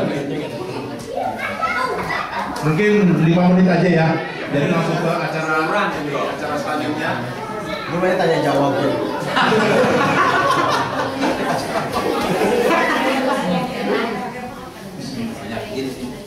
Assalamualaikum warahmatullahi wabarakatuh. Bapak-bapak dan ibu, kita ingin mengingatkan dan ingin mengajak kita semua beserta keluarga untuk ikut serta dalam, insya Allah akan ada acara camping rohani yang akan kita adakan tanggal 15 ya. 15 sampai 17 Mei. Informasi informasinya itu kita bisa lihat di websitenya ISB ataupun di Facebook. Namun kita ingin menyampaikan bahwasanya kita ingin menawarkan sebuah kelebihan atau warna yang baru dalam program camping ini, insya Allah. Adapun yang ingin kita tawarkan adalah ini lokasi campingnya jauh lebih baik, jauh lebih menarik. Insya Allah itu akan kita laksanakan di Nusa North Shore, mungkin 2 jam setengah dari sini. Mungkin bapak ibu juga tahu itu adalah satu lokasi wisata yang cukup lokasi wisata yang cukup baik. Itu adalah sebuah kesempatan mungkin bagi yang, kalau kita tahu semua itu adalah tempat yang baik untuk rekreasi pantai, mancing, dan mungkin setelah acara juga yang ingin shopping sekitar area Nusa itu juga recommended. Namun yang ingin kita ingatkan adalah bahwasanya acara camping ke depan, kalau kita bandingkan tahun lalu, bapak dan ibu-ibu, per hari ini kalau nggak salah sudah ada sekitar 30 orang yang sudah mendaftar. 30 orang itu sebenarnya tidak sedikit karena itu belum sama sekali terhitung dengan jumlah teman-teman panitia. Nah, teman-teman panitia kita ini, teman-teman panitia yang keluarga itu sudah banyak. Asumsi kalau panitia itu ada sekitar 20-an yang dengan keluarga itu mungkin sudah habis, mungkin ada sekitar angka 60-an. Jadi basically, nah ini sudah terjadi tahun lalu di mana kapasitas peserta itu memenuhi target sebelum penutupan masa pendaftaran itu sendiri. Dan kita sempat mengecewakan beberapa teman dan beberapa keluarga. Untuk tahun ini kita ingin menyarankan bahwa ibu untuk segera berkomunikasi dengan panitia untuk melakukan proses pendaftaran tempat yang lebih baik. Insya Allah kita punya program acara yang lebih menarik lagi, akan ditangani oleh teman-teman yang profesional bidang outbound juga. Insya Allah kita terima feedback, ada request kegiatan atau acara, kita bersedia mungkin apakah kita ada fotografi bersama, ada shooting sunset sunrise bersama, ada light drawing bersama, ada fishing bersama. Itu bisa kita jalan bersama. Kita dengan Pak Rafiq. Dan sekali lagi materinya akan sangat menarik. Silakan buka websitenya ISB dengan informasinya itu lagi Bapak Ibu. Program camping rohani ini kalau boleh saya bandingkan kalau mau pergi camping sendiri, rata-rata kalau kita mau pergi camping itu kan satu malam itu kan sekitar 27 hingga $40 per malam, itu tenda per malam. Kita ingin menawarkan pada member financial ISB itu $45 3 hari dan tidak di tenda. Jadi insya Allah ini kesempatan yang sangat baik. Mohon komunikasi, keberangkatan kita bisa atur bersama-sama dan insya Allah kita akan ilmu silaturahmi yang jauh lebih baik. Insya Allah. Terima kasih. untuk informasi lengkap di sini ada Mas Heri, seksi acara, kita punya Kang Yayat, bagian program, ada mungkin ada Emita, ada Eki untuk registrasi, ada Kang Rifan untuk ingin bertanya lebih lanjut mengenai program camping rohani. Terima kasih. Demikian yang kami mohon dari ISP. Assalamualaikum warahmatullahi wabarakatuh. Terima kasih Bang Raffi atas promosinya untuk acara camping rohani tanggal 15 sampai tanggal 17 Mei 2015. Selanjutnya acara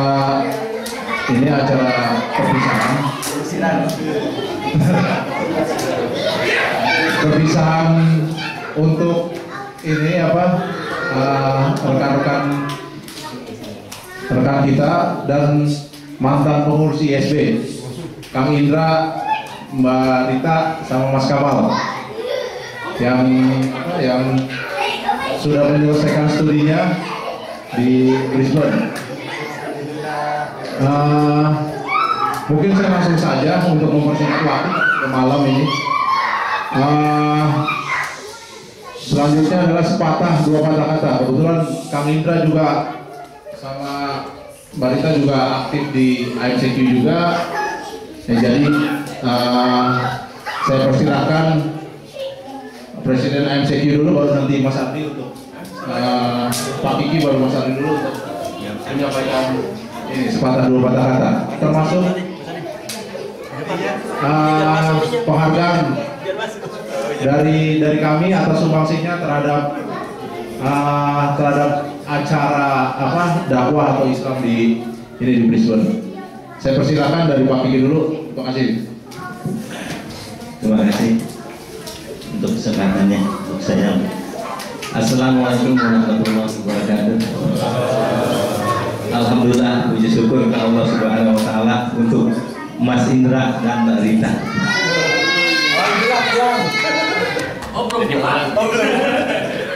Subhanallah, dia seorang motivator.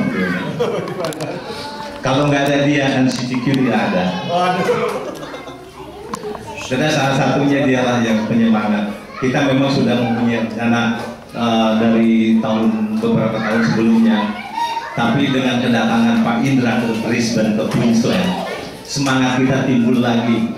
Maka sampai sekarang ini IMCQ dan cita-cita dari masyarakat Indonesia yang ada di Queensland umumnya, khususnya yang di Brisbane, insya Allah akan memiliki tempat beribadah, insya Allah.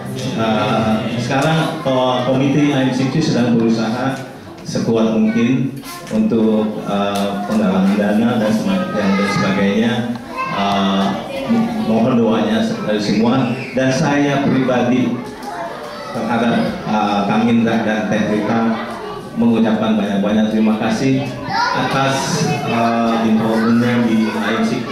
Betul-betul dia sudah banyak menolong IMCQ sejak berdirinya IMCQ sampai sekarang pun mereka masih aktif.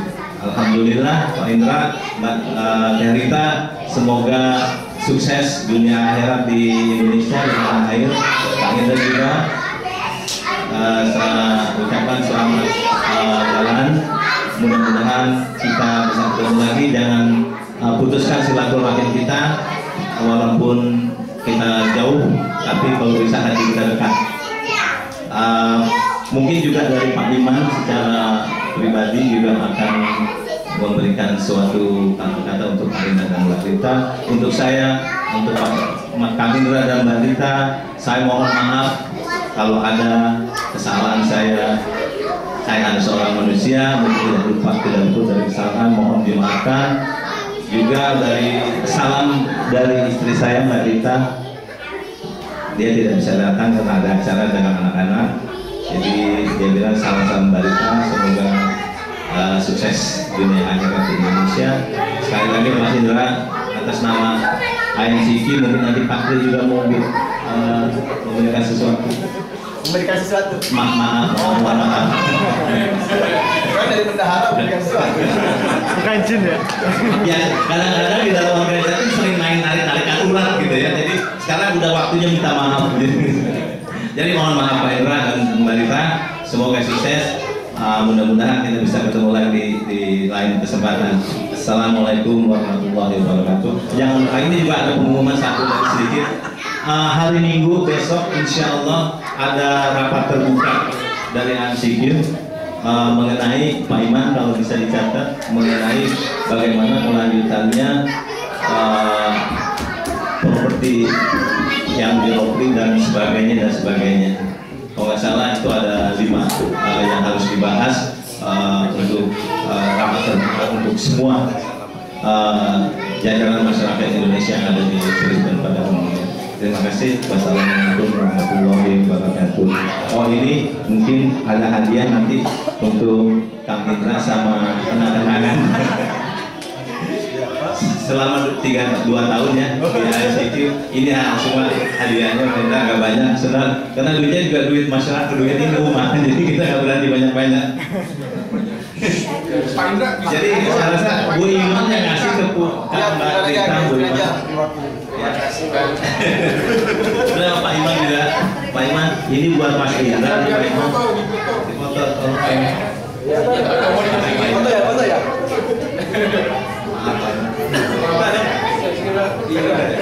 Oh, enggak, betul. Ini ibu yang ngasih.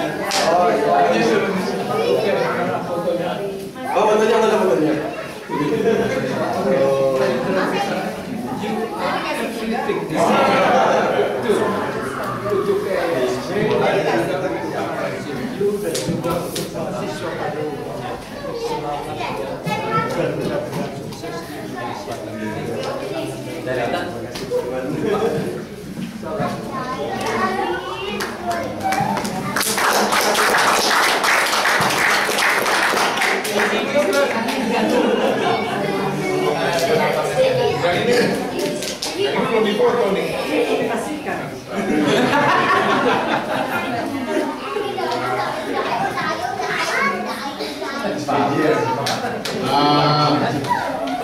Selanjutnya sambutan dari Mas Andi. Ini langsung aja ke Balita sama Kang Indra, terus ke Mas Kamal. Assalamualaikum warahmatullahi wabarakatuh. Mohon maaf tadi saya agak telat karena ada undangan dari PIQ. Kebetulan tempatnya jauh di bagian sana. Jadi bolak-balik gimana cara ngatur waktu. Awalnya saya nggak mau datang hari ini karena memang PJM, karena sudah susah gitu ya. Tapi kemarin itu atas usulan salah satu dari rekan, gimana kalau PJM ini kita ada sedikit perpisahan buat rekan-rekan tercinta kita gitu kan, Mas Indra, Mbak Rita, Mas Kamal gitu. Mungkin ini kita bisa tradisikan juga ke depan bahwa ISB ini kan dari kita, oleh kita, untuk kita. Jadi yang kerja kita gitu, buat kita juga gitu. Nah, ini mungkin salah satu apresiasi kami pengurus 2015 ini pada Mas Kamal yang tahun 2013 jadi pengurus, Mas Indra dan Mbak Rita yang udah dari lama ya, kayaknya udah sesepuh lah dari tanggap gitu ya. Luar biasa lah, jadi menginspirasi kami gitu, terutama saya Mas. Pada saat saya pertama kali datang ke Brisbane, saya lihat kalau lihat Mas Indra itu kalau kerja kan berat, wah sini sana sini, jemput Ustaz ini, terus siapa ini, saya bilang ini kalau Mas Indra pergi nanti siapa yang begini ya? Sampai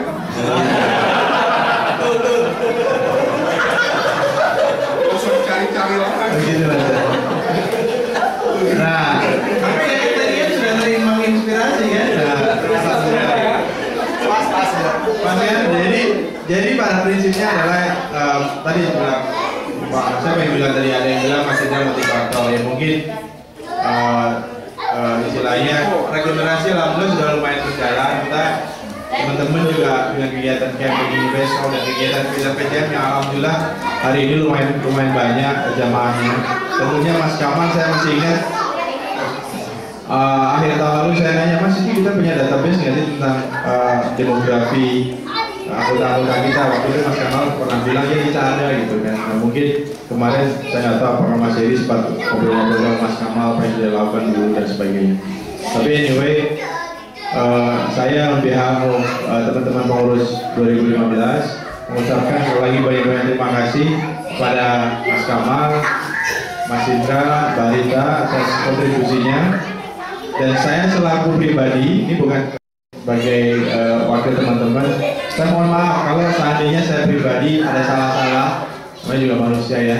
Dan saya selama seperti Pak Gigi tadi berharap silaturahmi tetap jalan. Mungkin nanti ada ide, karena ISB ini kan kita juga masih ada kegiatan orang tua asuh, mungkin bisa bantu nanti dari Bandung atau dari Jakarta, dari mana langsung ada. Atau mungkin nanti mau bantu Ustadz ke sini, biasanya let's itu silaturahmi itu akan ada terus. Saya pikir itu saja dari saya. Tapi sebelum saya tutup, sedikit pesan sponsor bagi teman-teman yang di sini yang belum jadi financial member, tolong daftar gitu. Hanya $5 per orang atau $10 per kepala keluarga. 1 tahun hanya $10, $10 tidak lebih dari itu. Saya kemarin dipanas-panasin sama Pak Habib soalnya, masa $10 aja nggak bisa. Nah, gitu. Jadi insya Allah kita bisa gitu. $10 per tahun. Nah, kalau ngomongin benefit, nggak usah ngomongin benefit, banyak benefitnya, tapi insya Allah $10 itu bisa kita infak dan juga untuk supaya kita di mata istilahnya government, ISB itu memang ada anggotanya yang mau bayar financial member. Oke, gitu aja, terima kasih dari saya. Saya pikir kita nggak ada tindak mata tulisan Pak Gigi, jadi alhamdulillah, terima kasih Pak Gigi.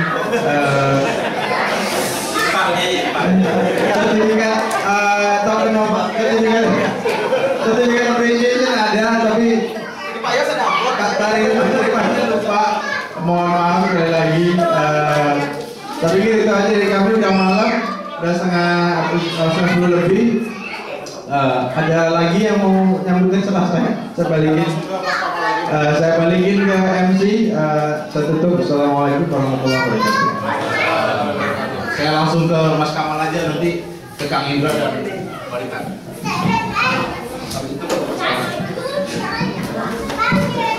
Bismillahirrahmanirrahim. Assalamualaikum warahmatullahi wabarakatuh. Alhamdulillah juga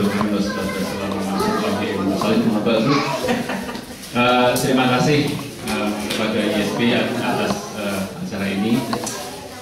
Saya melihat beberapa mungkin belum mengenal saya, nama saya Muhammad Kamal. Saya datang dengan istri saya yang berjumlah di sana itu dengan 2 anak. Kebetulan hanya 1 yang di sini di sana. Alhamdulillah 2 minggu yang lalu saya berhasil submit tesis saya untuk PhD. Jadi insya Allah pertandingan sudah berkurang. Ya. Nah, jadi teman-teman yang masih belum sakit yang pertama, nah itu biasanya malas itu sedikit panik. Nanti silahkan berhubungan dengan saya.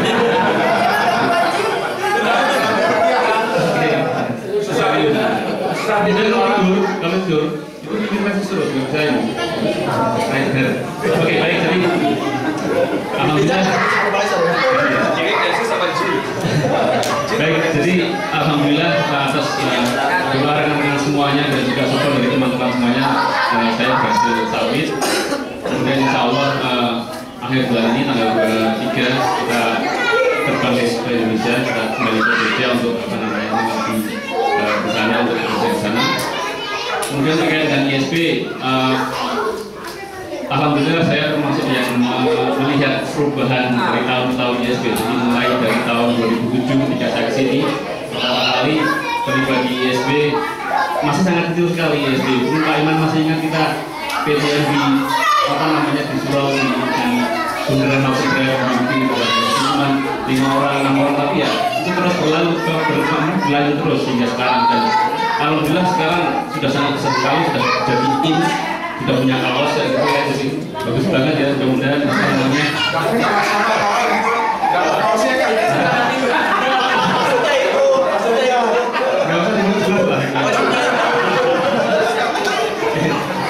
Seperti itu. Dan saya ingat pepatah dari Imam Syafi'i, Safir tajri wa naman tufarihu. Jadi pergilah kamu ke seluruh penjuru dunia, maka kamu akan mendapatkan kembali apa yang kamu tinggalkan. Saya di sini meninggalkan apa namanya saudara, tapi saya menemukan kembali saudara saya di sini dengan ISB, dengan Pak Iman sebagai orang tua di sini, dan apa namanya akan selalu kami sebagai orang tua di sini Pak Iman. Mohon berkenan Pak Iman. dan teman-teman semuanya di sini jadi saudara-saudara kami semua di sini.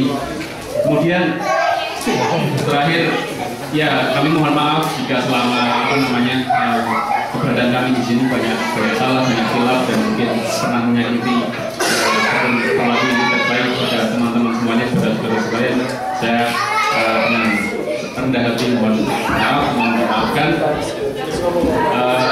Semoga seperti yang dinamakan oleh Mas Radin tadi, tali silaturahmi antara kita masih terus berlanjut walaupun kita jauh. Saya kira itu dari saya. Kurang lebih maaf. Assalamualaikum warahmatullahi wabarakatuh.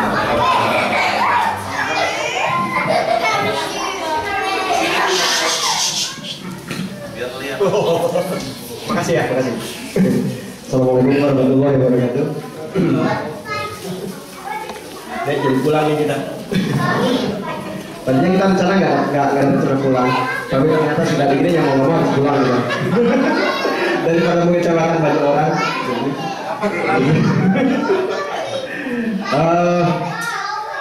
Alhamdulillah ini mungkin 4 tahun belakangan ini saya di sini, ini merupakan sesuatu yang luar biasa bagi kami.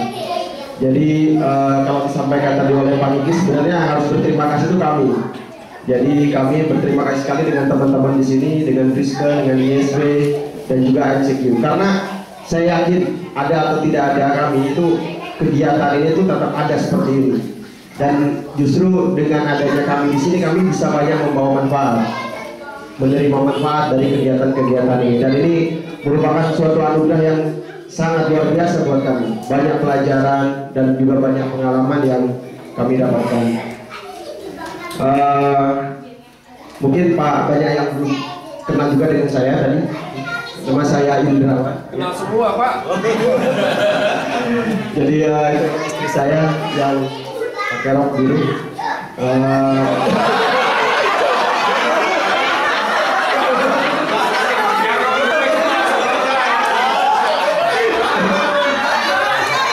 Enggak ngetes, biru-biru enggak gitu. Yang rok biru Pak istrinya sebel. Dia malah. Jadi kebetulan saya juga 2 hari lalu udah submit MSc Master of Fitness, saya mengundurkan diri. Itu sudah submit. Jadi tesisnya belum selesai. Jadi lupa mau bilang apa. Dan ini mungkin kesan-kesan, terus terang kesan-kesan kami di sini. Ini bukan bermaksud untuk kalau Mas Kamal dari 2007 sejak dari 2 tahun. Kami waktu itu sempat istri juga ambil S2 di Sydney. Kami pernah di Sydney 2 tahun dan itu terasa perbedaan dengan di sini. Dan di sini kekeluarganya subhanallah cukup tinggi. Dan setelah beberapa saat di sini saya melihat bahwa potensi dari teman-teman di sini sangat-sangat luar biasa. Itu yang kemudian kemarin teman-teman AMCQ ternyata bisa membuktikan bahwa potensi itu memang benar-benar sangat luar biasa dan belum tergarap. Dan ini jadi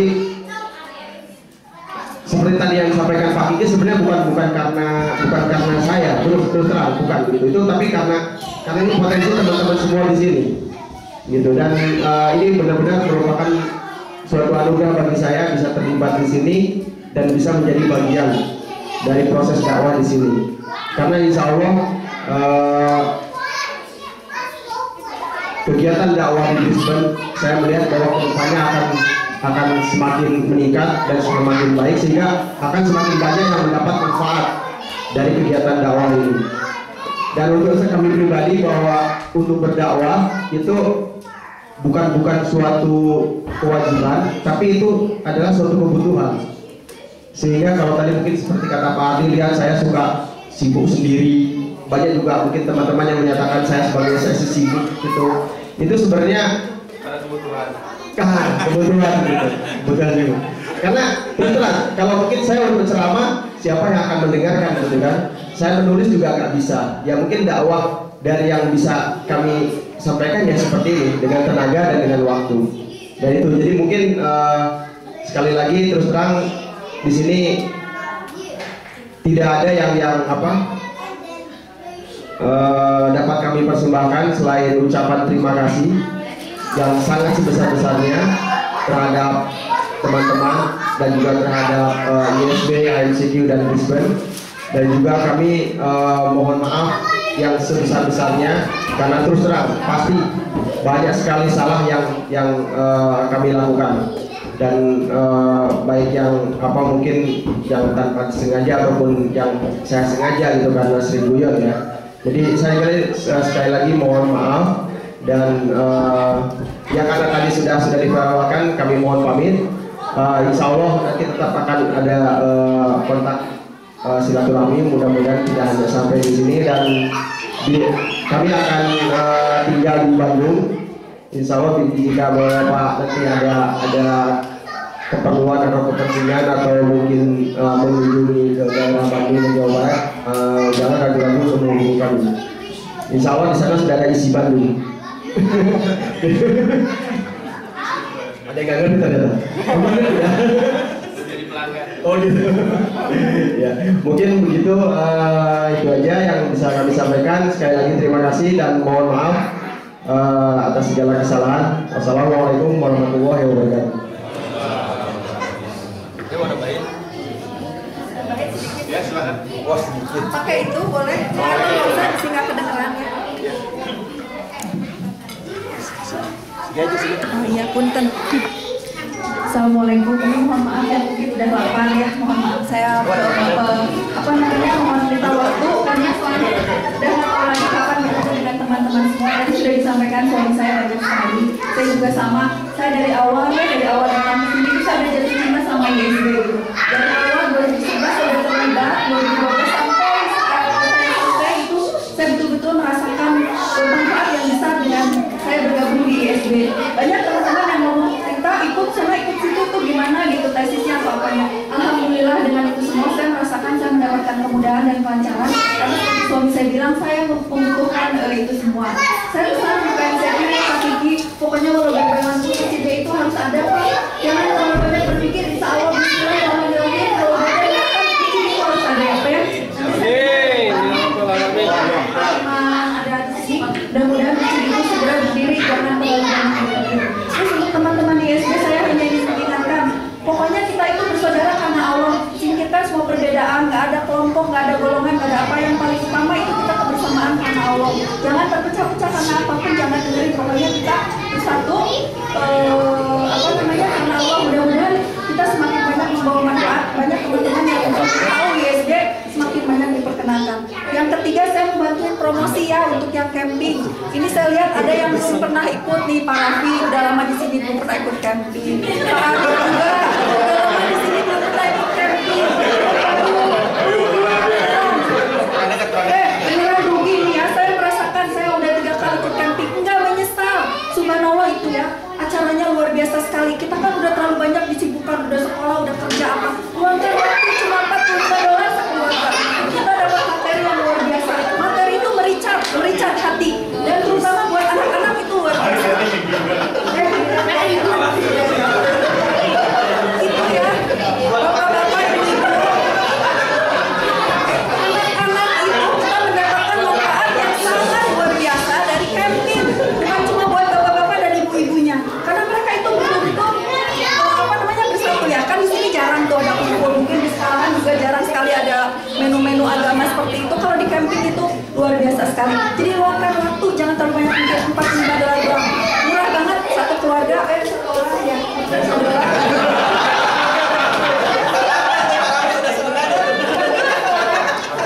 Tapi tetap murah lah, banyak duit. Jadi yang mau ikut camping ayo daftar segera ya Pak Arif. Assalamualaikum.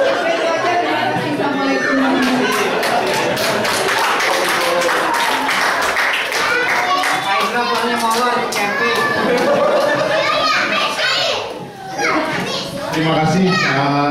Semoga Mas Kamal sekeluarga, Kang Indra dan Rita semoga sukses di tanah air. Terima kasih atas si camping rohaninya. Acara selanjutnya foto bareng. Tapi sebelumnya saya tutup dulu ADM ini dan acara ininya apa? Sambutan-sambutannya dengan membaca Alhamdulillahirabbil alamin dan doa penutup majelis.